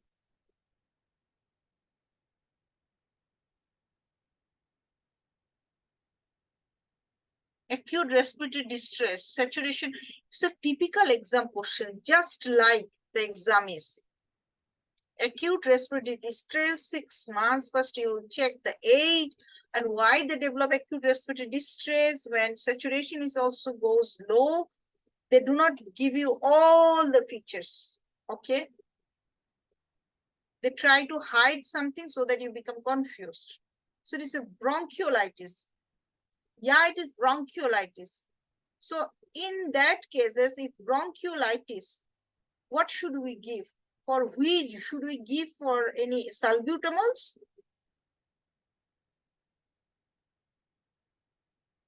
We will give oxygen because we know less than 92%, we have to give the oxygen, okay? It's a recommendation, less than 92%. So we will check for oxygen. J is the right answer. Okay, so this is very typical exam way. So everything here, you get it in the pediatric guideline, but this one is for NICE guideline. Okay, we have to go for NICE guideline. It is for the asthma management from the 5 to 16 years and then less than 5 years. Okay, 5 to 16 years and then less than 5 years. So any child who having asthma but less than 5 years, so it is not impossible to asthma less than 5 years. I said usually we do not say the asthma less than 5 years, okay, but it's possible. Okay, so suspected, it is suspected asthma under 5. In that times, first we will go for short-acting beta-2 agonist, okay, short-acting beta-2 agonist for 4 to 8 weeks. If it is not improved, Okay, if it is not improved only for the short-acting beta-2 agonist, we will give inhaled corticosteroid. Okay, it is for the 8 weeks. Then we will stop. So it is actually it is called like viral induced. Multi-trigger is also same way we have to manage. So symptoms resolve during this trial, and we will see what happened within 4 weeks of stopping inhaled corticosteroid if it again appeared. Okay, so if it is again appeared, we have to again we can give inhaled corticosteroid.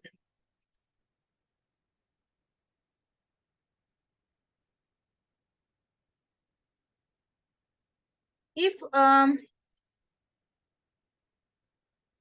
so if it is like symptoms resolved then again it appeared after 4 weeks, then also we can repeat it.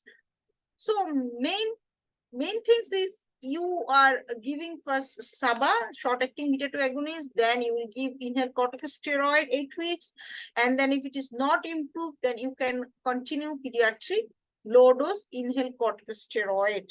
Okay.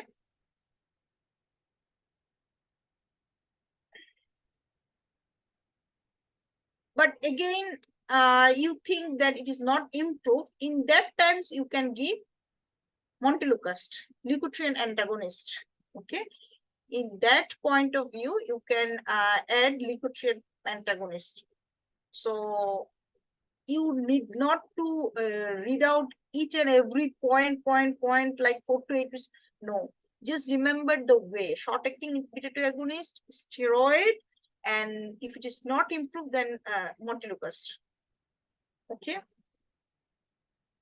but you cannot give here any higher dose inhaled corticosteroid. You see, always a pediatric low dose inhaled corticosteroid. Patient not improved even with the leukotriene inhaled corticosteroid. In that times, you will refer the patient. Okay, you cannot manage without respiratory physician.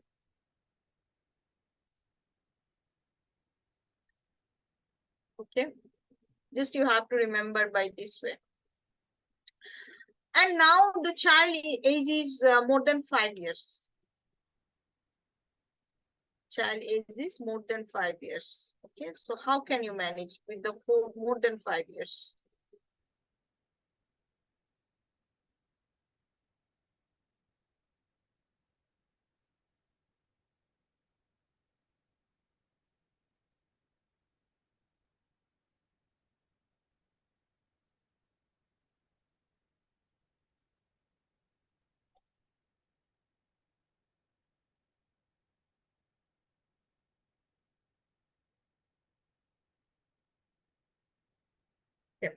So more than 5 years, again, short-acting beta-2 agonist, child is not improved, inhaled corticosteroid, low dose, okay, not improved. So we can use leukotrienes even, but after that, more than 5 years, we can use this way. If it is uncontrolled in 4 to 8 weeks, in that times we can add long-acting beta-2 agonist.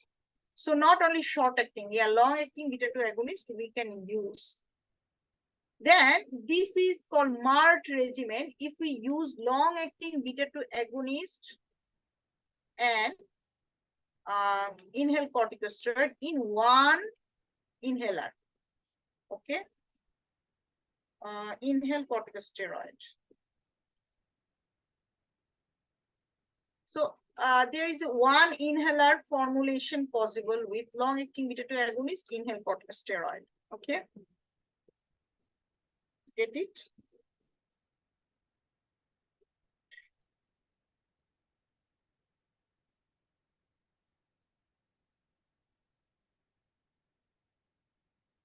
It is from survey, they get it that less than 5 years, use of long-acting beta-2 agonist can increase the mortality. So less than 5 years, long-acting beta-2 agonist you can't use. Salmeterol you can't use, less than 5 years. So 5 to 16 years you can use long-acting beta-2 agonist. But if it's not improved, you are giving a long course of long-acting beta agonist with steroids, salbutamol, patient is not improved. In that times, here you can use moderate dose inhaled corticosteroid, okay? Moderate dose. Like you can increase this. Patient is not improved. In that times, you have to give referral. Like for higher dose only given by the respiratory physician. Okay. But every time any acute exacerbation, you can give short oral steroid. Everything is inhaled form. Yes, no oral drugs, short acting, like salbutamol orally is never recommended. Never recommended. Although we use it, invariably use it, but it is not recommended for asthma.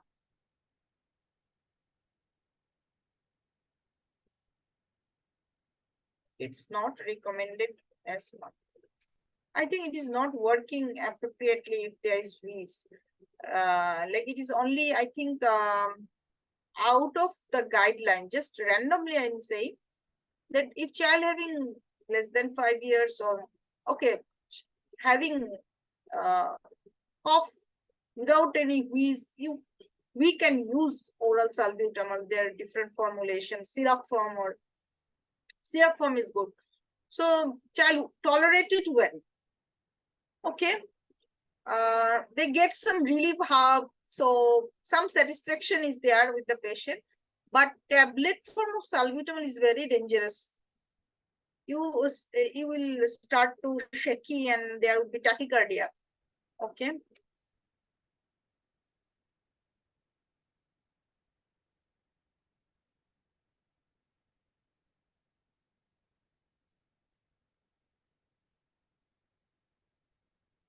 So just these things you have to remember. I said in the MART regime, long-acting beta agonist with inhaled corticosteroid in one nebulizer, or one inhaler form. Specific type of combination of inhaler that contains steroid preventer medicine. So remember, preventer is steroid. Okay, and there is bronchodilator, you know.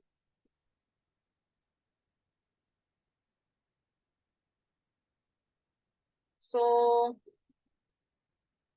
I think you understand the difference actually.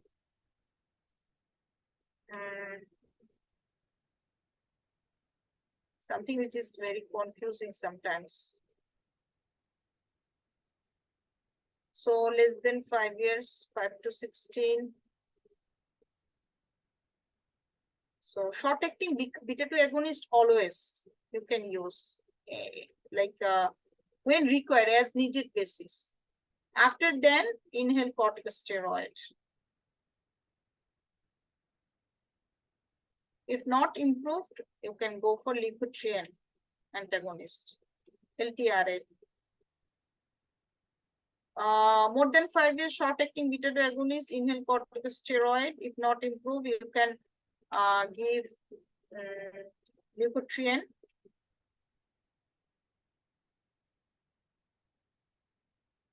If it is not improved, then you can give long-acting beta 2 agonist with other drug like inhaled corticosteroid.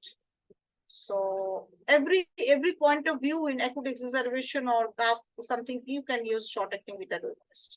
If it is not improved, you can give high-dose steroid. Okay, if it is not improved, then you will refer. They can give theophylline, but it's not as a pediatrician, you will not start theophylline usually. It is by the pediatrician, but respiratory, respiratory interest is there. They work on the respiratory disease, or you can say that pediatric pulmonologist.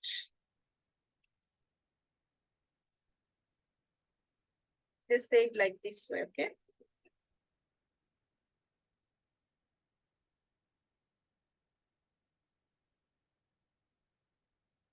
under 5 kids, they have problem, increased mortality rate. Some study proved it.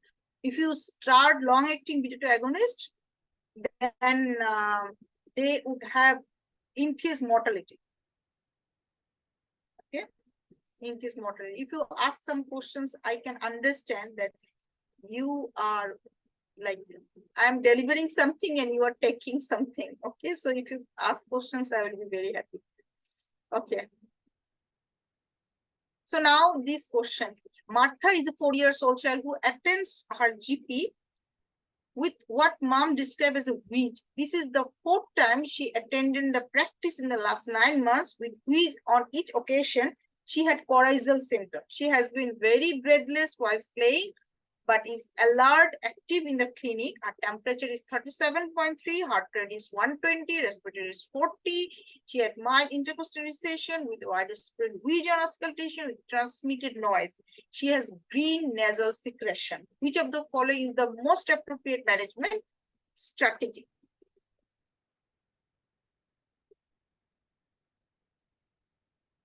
What is this? 4 years.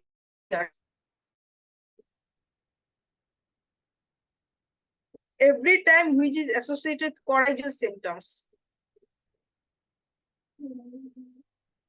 There is intercostal recession, widespread wheeze. First, what we use usually, inhale beclomethasone, anything we discuss.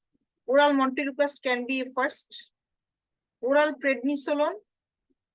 Reassurance is bronchiolitis that we will give reassurance every time we is with the respiratory infection. So yeah, it is inhaled salbutamol. There is no confusion with this, okay? Which one of the following clinical features make it most likely that she will develop asthma?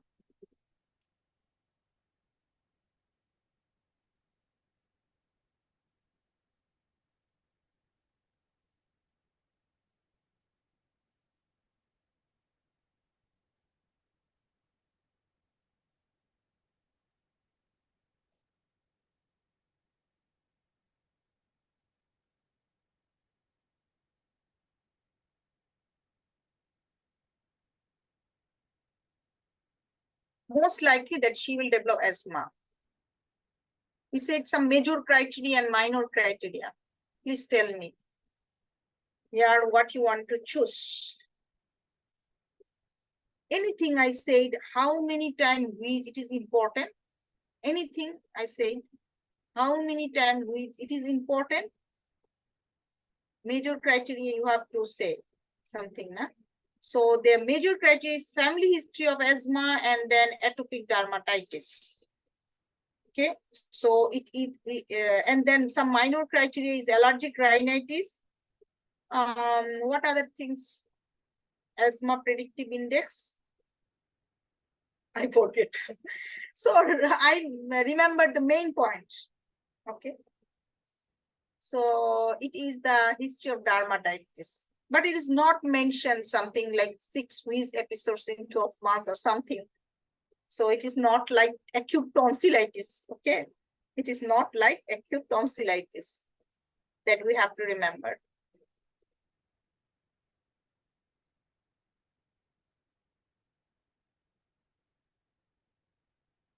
Yeah, eosinophilia more than 4%. Very good.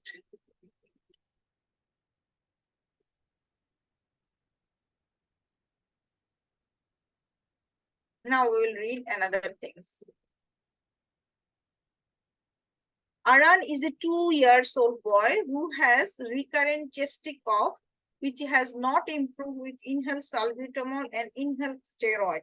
His mother says he has hemorrhoids. His weight is on the 10 centimeter chest X-ray report as being normal. Recurrent cough. And this cough is not improved by salbutamol or inhaled steroid.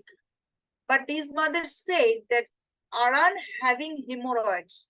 So is it very common in hemorrhoids? Why hemorrhoids and recurrent cough?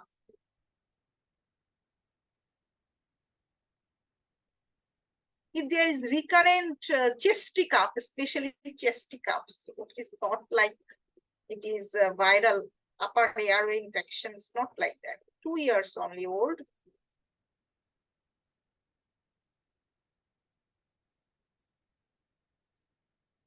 Okay. So if you say that it is your diagnosis, I think you have to make your diagnosis something like, is it possible it is peptic ulcer disease something? No. It's never associated with hemorrhoids, peptic ulcer disease. So here cystic fibrosis, can it be? Hemorrhoids or rectal prolapse is very diagnostic for cystic fibrosis. And it is said if you get any rectal prolapse or hemorrhoids in a childhood age, you have to exclude cystic fibrosis must.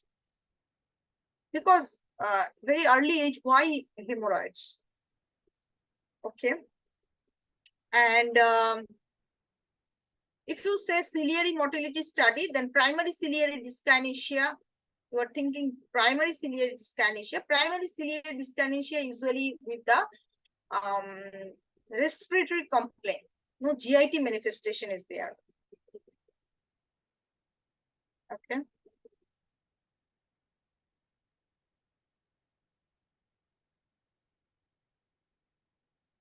So it is very much like interesting.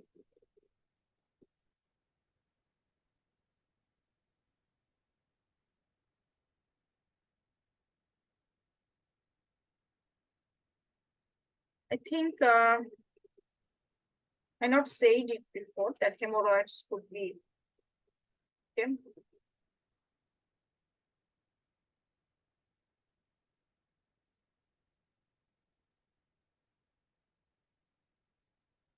How the child cystic fibrosis tools are like.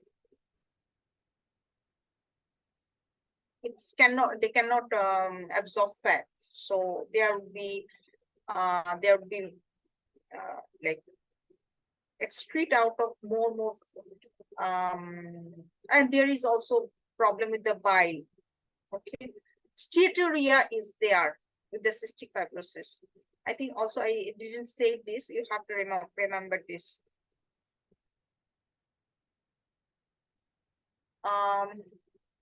Another things is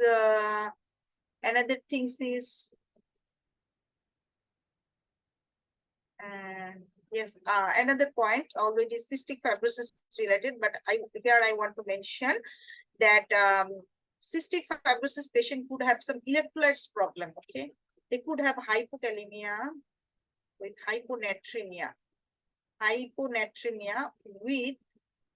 with metabolic alkalosis, because from sweat they have they lose many sodium, okay, potassium as well, and with the dehydration also a patient could have easily dehydrated. That times they develop metabolic alkalosis. It is called pseudo Barton.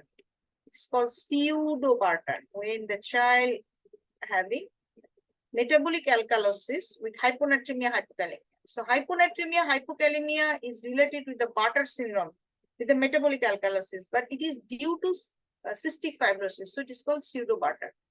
Here, hypokalemia, hyponatremia, metabolic alkalosis with the cystic fibrosis could be due to the cystic fibrosis. It is not for the Bartter, but Bartter syndrome having same electrolytes abnormality. So it is called pseudo Bartter. Okay, so first question is for when we get this, then we will think over the pH study. Okay, sorry, sweat test. I is the right answer. Then next question. Okay.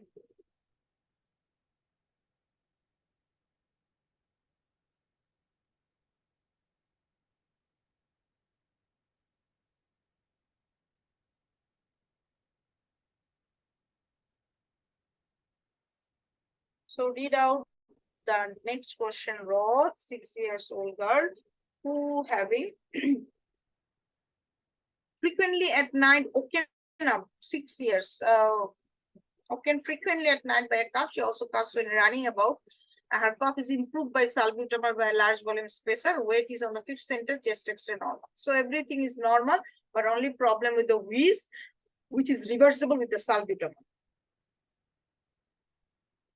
In that cases, what is important here for the asthma, we can make diagnosis here asthma because reversible bronchodilator. You know, something is very interesting, asthma patient. Okay, so asthma is something which is related with the seasonal, especially winter, and it is reversible with the salbutamol. It is recurrent cough and something. Okay. It's relieved by the bronchodilator. Okay, so very important. It is like clinical criteria. So now, here they say something low. So spirometry is not mentioned here. Rather than it is like a bedside test, diary of peak flow measurements. All the asthma patient is advised to keep a diary. Okay, very important, keep a diary of their like acute exacerbation, that times what they do, something is there. So some points they have to mention. It is called asthma diary. So there they also mention the peak flow measurement, peak expiratory flow rate, bedside test, EFR. So this is called peak flow measurement, and it is very important. It's indicate the reversibility. Okay, and the variation with the day, night, with the season. So diary of peak flow measurement is very important, but why not spirometry?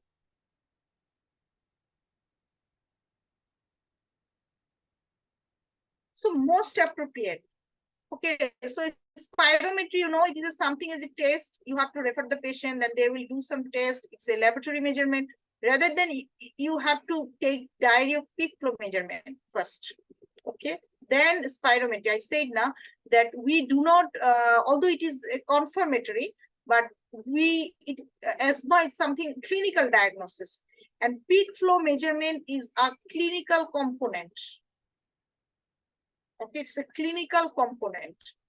Until you are confused, you need not to refer the patient for always spirometry. When we deal with the patient, do we refer all the patient for spirometry, or we investigate all the patient for spirometry? No, not all the patients. Clinicals are clinically we are very much confident, and they maintain the peak flow measurement.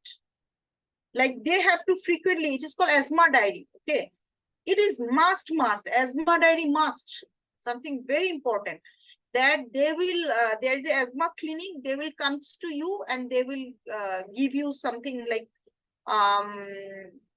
they will give you some asthma diary things, and you will check back, and then you will like reduce those or increase those. So the right answer is here, E, not G. Okay. You never see some questions related, they will ask what is the diagnostic investigation for asthma or something. Okay. So here, most appropriate investigation here, diary of peak flow measurement. Then Charles, 2 years old boy, present with abrupt onset of cough. Cough started after he had. So never miss this word, the abrupt onset of cough. See, was it a birthday party week ago? Another child in the party has subsequently been diagnosed with chickenpox. Is chickenpox presented with cough? His weight is on the 5th centile. There is a wheeze heart at the right mid zone. Only a wheeze on the mid right zone. Chest X-ray normal. So it is something foreign body. So foreign body, how can you diagnose? By doing CT scan? No. But you should remember, chest X-rays, we will do the chest X-ray for diagnosis of foreign body, but more than 50% pediatric foreign body is chest X-ray becomes normal, more than 50%. Okay, although there is a foreign body. But what is the diagnostic test for foreign body? It is the bronchoscopy. It is the bronchoscopy. So bronchoscopy is a method by which you can even remove the foreign body. There is a two type of bronchoscopy, you know, that rigid and flexible. So with the rigid bronchoscopy, you can take it as a therapeutic measures as well. When you see that there is nothing in the chest X-ray, okay, but if you do the CT scan of the thorax, you give the patient radiation exposure, rather than you can go for, like it is a diagnostic test. Many questions with the foreign body, you have to mark it as a bronchoscopy, okay? Then another question is Dan is a 4-year-old boy who is Down syndrome. He has asthma, which is well controlled on inhaled salbutamol. His mother is concerned that she appears tired almost every day. He seems to sleep well but snores at night. So here are some points you should remember. Every snoring not indicate that it is a special diagnosis. But when snoring is associated with tiredness, you have to think that something serious is there. And there is one more thing, Down syndrome. We know Down syndrome having high chance to develop what diagnosis? Many things is associated with Down syndrome. But here I want to first see that what's your diagnosis. It's a typical presentation of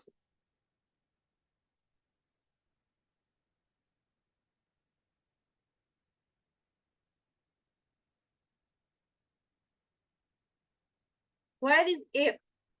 F is not mentioned here. It's a typical presentation of obstructive sleep apnea. Obstructive sleep apnea. When child is snoring associated with tiredness. Okay, that means sleep is disturbed. So snoring is not like this. Sleep is like many person having snoring, but their sleep is not disturbed. They disturb others. So their partner are very much disturbed, but their sleep is very good. But this snoring is something disturb the child's normal energy level, and you see the child is Down syndrome. Down syndrome having also high chance to obstructive sleep apnea, and it is here the diagnostic test is sleep study. Okay, diagnostic test is sleep study. There is another test for sleep, like obstructive sleep apnea, which is called overnight pulse oximetry test. It could be the initial test, but it's not the ultimate test. Overnight pulse oximetry test.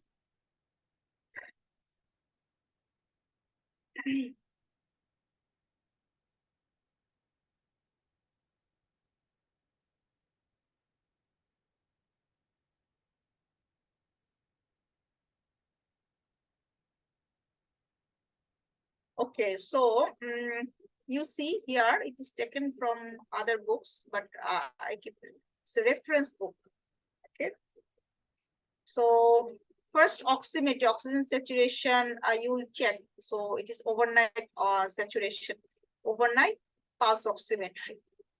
Then you can go for polysomnography or ECG test, polysomnography or sleep study test. Here you will can get how is their saturation as well as ECG, respiratory, for how the muscle is working. Okay.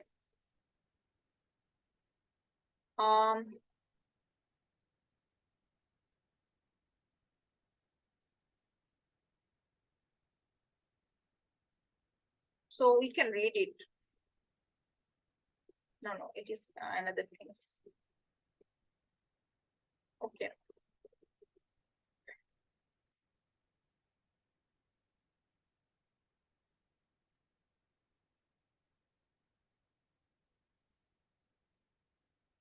So do you want to take some rest and again some points we will discuss? Or I will just take for the 30 minutes or 20 minutes. Do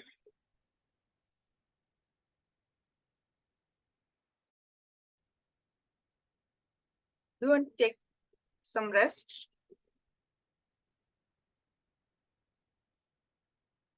or we will continue? Okay, okay. So we can continue.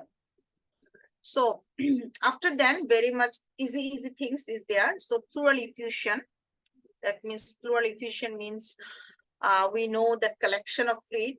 Typical presentation is patient having cough, fever, after giving antibiotics is not work. So you can suspect that times pleural effusion, and we know that if we do the examination, we'll get dull percussion note, okay, as well as breath sound will be diminished there. Very typical, typically it is from MBBS, we know it, okay. So question is very easy here. You can give for pleural effusion, that means you have to give first of all oxygen, and if there is chest pain you can give analgesia, although chest pain is very unusual presentation for pleural effusion in pediatric age group.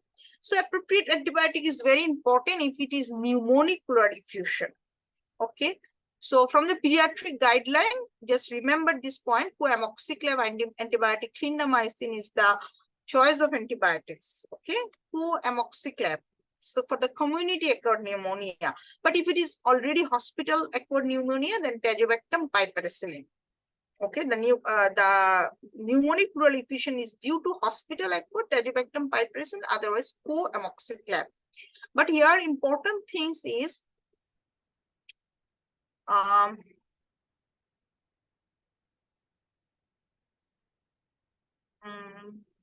so after giving giving antibiotics, if it is not improved, then what you will do? So in that cases, you can give intrapleural fibrinolytics, like some antibiotics not work, okay. So repeatedly, if you draw the fluids not conclusive, so it means intrapleural fibrinolytics, if you have to give it. There is some questions like this. A pleural effusion case, patient is giving all the antibiotics, patient is not improved. What your next step? Intrapleural fibrinolytics, okay. And then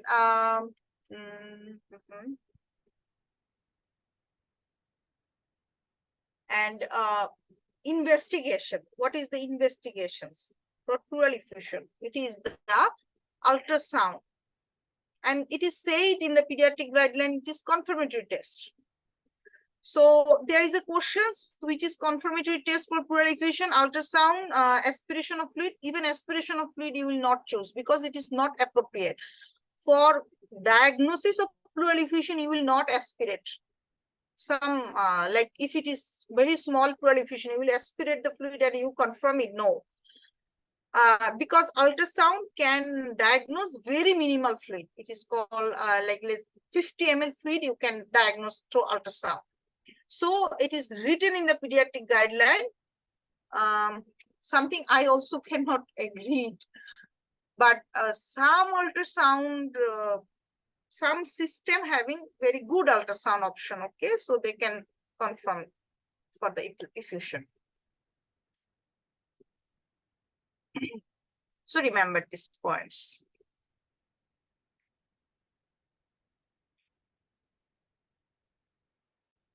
And pneumonia related, it is said that the most important point for pneumonia in pediatric age group is tachypnea. So you are getting some crepitation or not important, because you know that crepitation possible in the bronchiolitis even. There are different causes for crepitations or crackles. So you will not go for it. But pneumonia, most useful sign is tachypnea is mentioned. And we should know the normal level, okay? You have to keep it in your mind, okay? Just remember these points. I think already we know that less than 2 months it is 60 or more than 60 is abnormal. So when we manage a pneumonia, it's written in the pediatric guideline. So if it is something like the criteria fulfilled, then we'll hospitalize. So it is means child age is very less than 3 months, saturation very low, less than 92%. child having apnea, tachypnea, grunting, pleural effusion, very unwell, we will admit the hospital, but not every child have to take hospital. So even oral antibiotic can be helpful. In that cases, we'll take oral amoxicillin as a drug of choice. But for penicillin allergy, we can give macrolides, azithromycin, clarithromycin. Okay. But some points you should remember, when influenza is associated with pneumonia, then we can choose coamoxiclav with oseltamivir. Okay, we know that sometimes it is from the X-ray we can say it is Staph aureus related because some bular lesion on the chest X-ray. So in that times we can add flucloxacillin for Staph aureus. If aspiration coamoxiclav, this point you have to remember. Okay, hospital acquired 5% azobactam.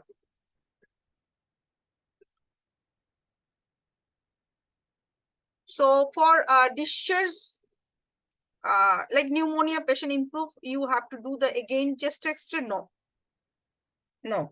But if it is round pneumonia, collapsing, persistent symptoms, and child have previous pneumonia, failure to thrive, child having, in that cases, you will do the X-ray. So for resolution of symptoms is enough. But for high risk patient, we can do again the chest X-ray. Okay. So number is not important for MRCPCH exam. When you give the patient follow-up 6 to 8 weeks or 4 to 6 weeks, this is not important, remember. It's very easy. Take it easy, clinical oriented exam. Okay. Like I think if anyone want to do the MRCPCH career, they don't require any training certificate, but they should take some exposure with the pediatrics. Then it would be more easy. Okay, more easy. But if it is very busy, then you could not pursue. Okay. But I see some of my students even without any clinical exposure, they completed part 1, part 2 even. Okay, so it's also possible.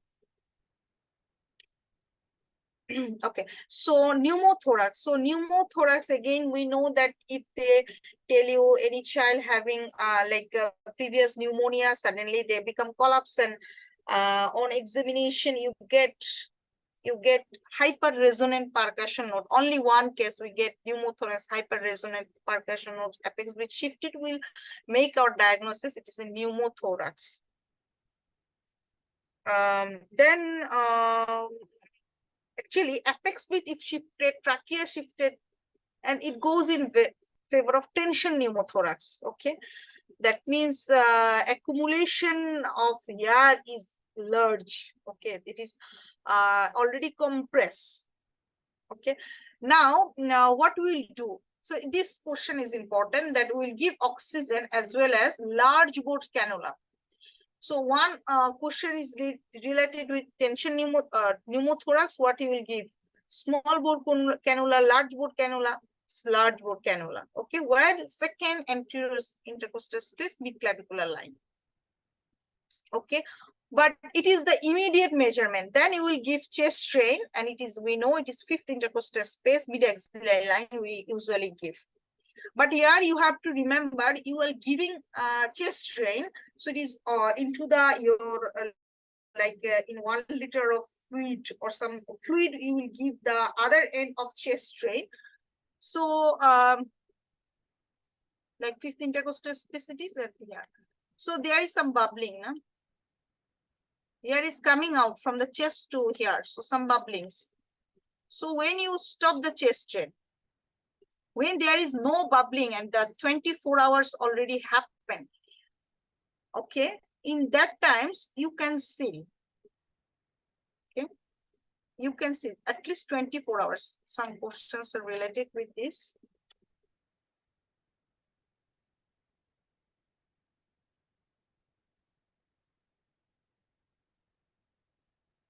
Here it is written.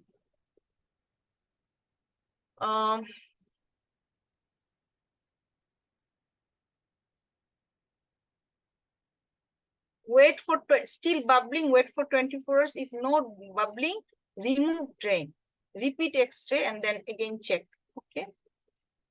So intercostal drain, if you are already giving, in that times you have to do the chest x-ray next morning, and you will see that it is re-expanded or not. Okay. But here question is when you remove. So at this 24 hours, there is no bubbling. So you have to refer the patient to the thoracic surgeon.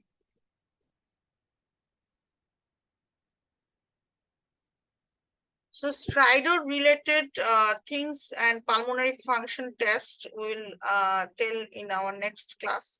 And I want to take it in this week because I have some time. So I want to take it Thursday, if all of you are agree.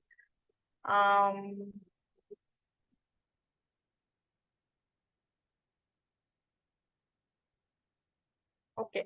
Another things I want to say that stridor related, not things, allergic rhinitis. So some questions are related with the allergic rhinitis. Okay, small things, just I want to cover it. So allergic rhinitis. So you will get child having recurrent nasal discharge, sometimes nasal obstruction is there. Question is how you treat it. Several questions related with this, but you will do not get it in any books. So it is taken from NHS website, okay? NHS website, not NICE guideline. You can take it as a reference, NHS, NICE, soft book, pediatric guideline, okay? So allergic rhinitis, if there, then your first task is to give topical nasal antihistamine. It is as a required basis you can give. They said that they have equal efficacy to oral antihistamine. But if your child having like allergic rhinitis with itchy eye, okay, or there is like watering from the eyes as well, in that time oral antihistamine works more good than the topical nasal antihistamine, okay. But they say it should not be used for children under the age of 5. Okay. And then oral antihistamine, how it is regular therapy is more effective than as required basis. So patient having some cold and nasal and you are giving antihistamine, no, better to give long time. Okay.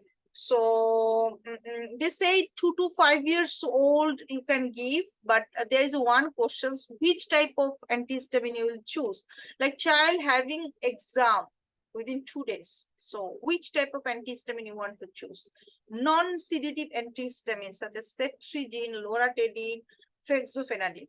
So cetirizine is non-sedative. Remember, I was thinking that cetirizine is sedative, but comes to know, no. Cetirizine is not sedative from the age of 2 years. Okay. Then another point is intranasal steroid. When you give, when there is recurrent allergic rhinitis as well as patient having nasal obstruction predominant feature. So maybe some polyp there.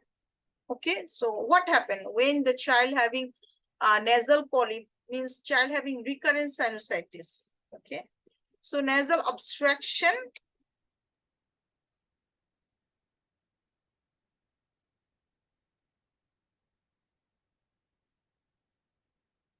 Okay. So in that cases, you can give topical nasal steroid. It has some anti-inflammatory role. It will helps you to open the nasal obstruction, relieve it. So very important. But onset they say that slower. Whatever, first line treatment for pregnant or breastfeeding women with allergic rhinitis. Okay.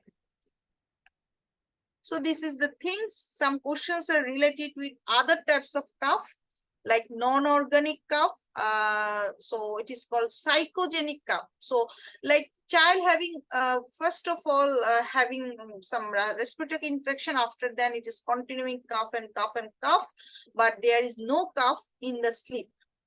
So it is psychogenic, become a psychogenic cough. It's disturbing cough, okay, throughout the day only, but when you give attention, it increase and disappear in sleep. And some are habit cough after upper respiratory infection is happen, usually 7 to 10 years age group, and it is non-irritative cough but repeating cough. It's one type of tick disorder, okay, related to. So this is, I think, one questions with the habit cough, okay.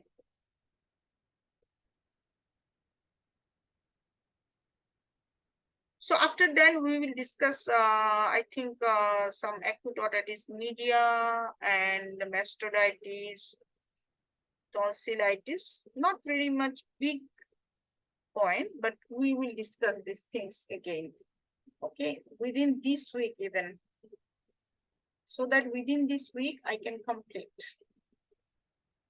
And you will get some time to revise it, okay. So I hope you will complete it. Is there anyone who could not complete the GIT? They have to, if you are first time you are reading these things, remember, it's not something you have to remember everything. So just read out, okay? Then proceed for the next. Don't give too much time for one chapters. Anything, repetition is very important. Then although it is differ from person to person, how one person want to read, the way is different from person to person, but just I am saying my point of view, okay. So do you want to say anything regarding respiratory medicine or anything related to the MRCPCH? You know that if you want to give the exam,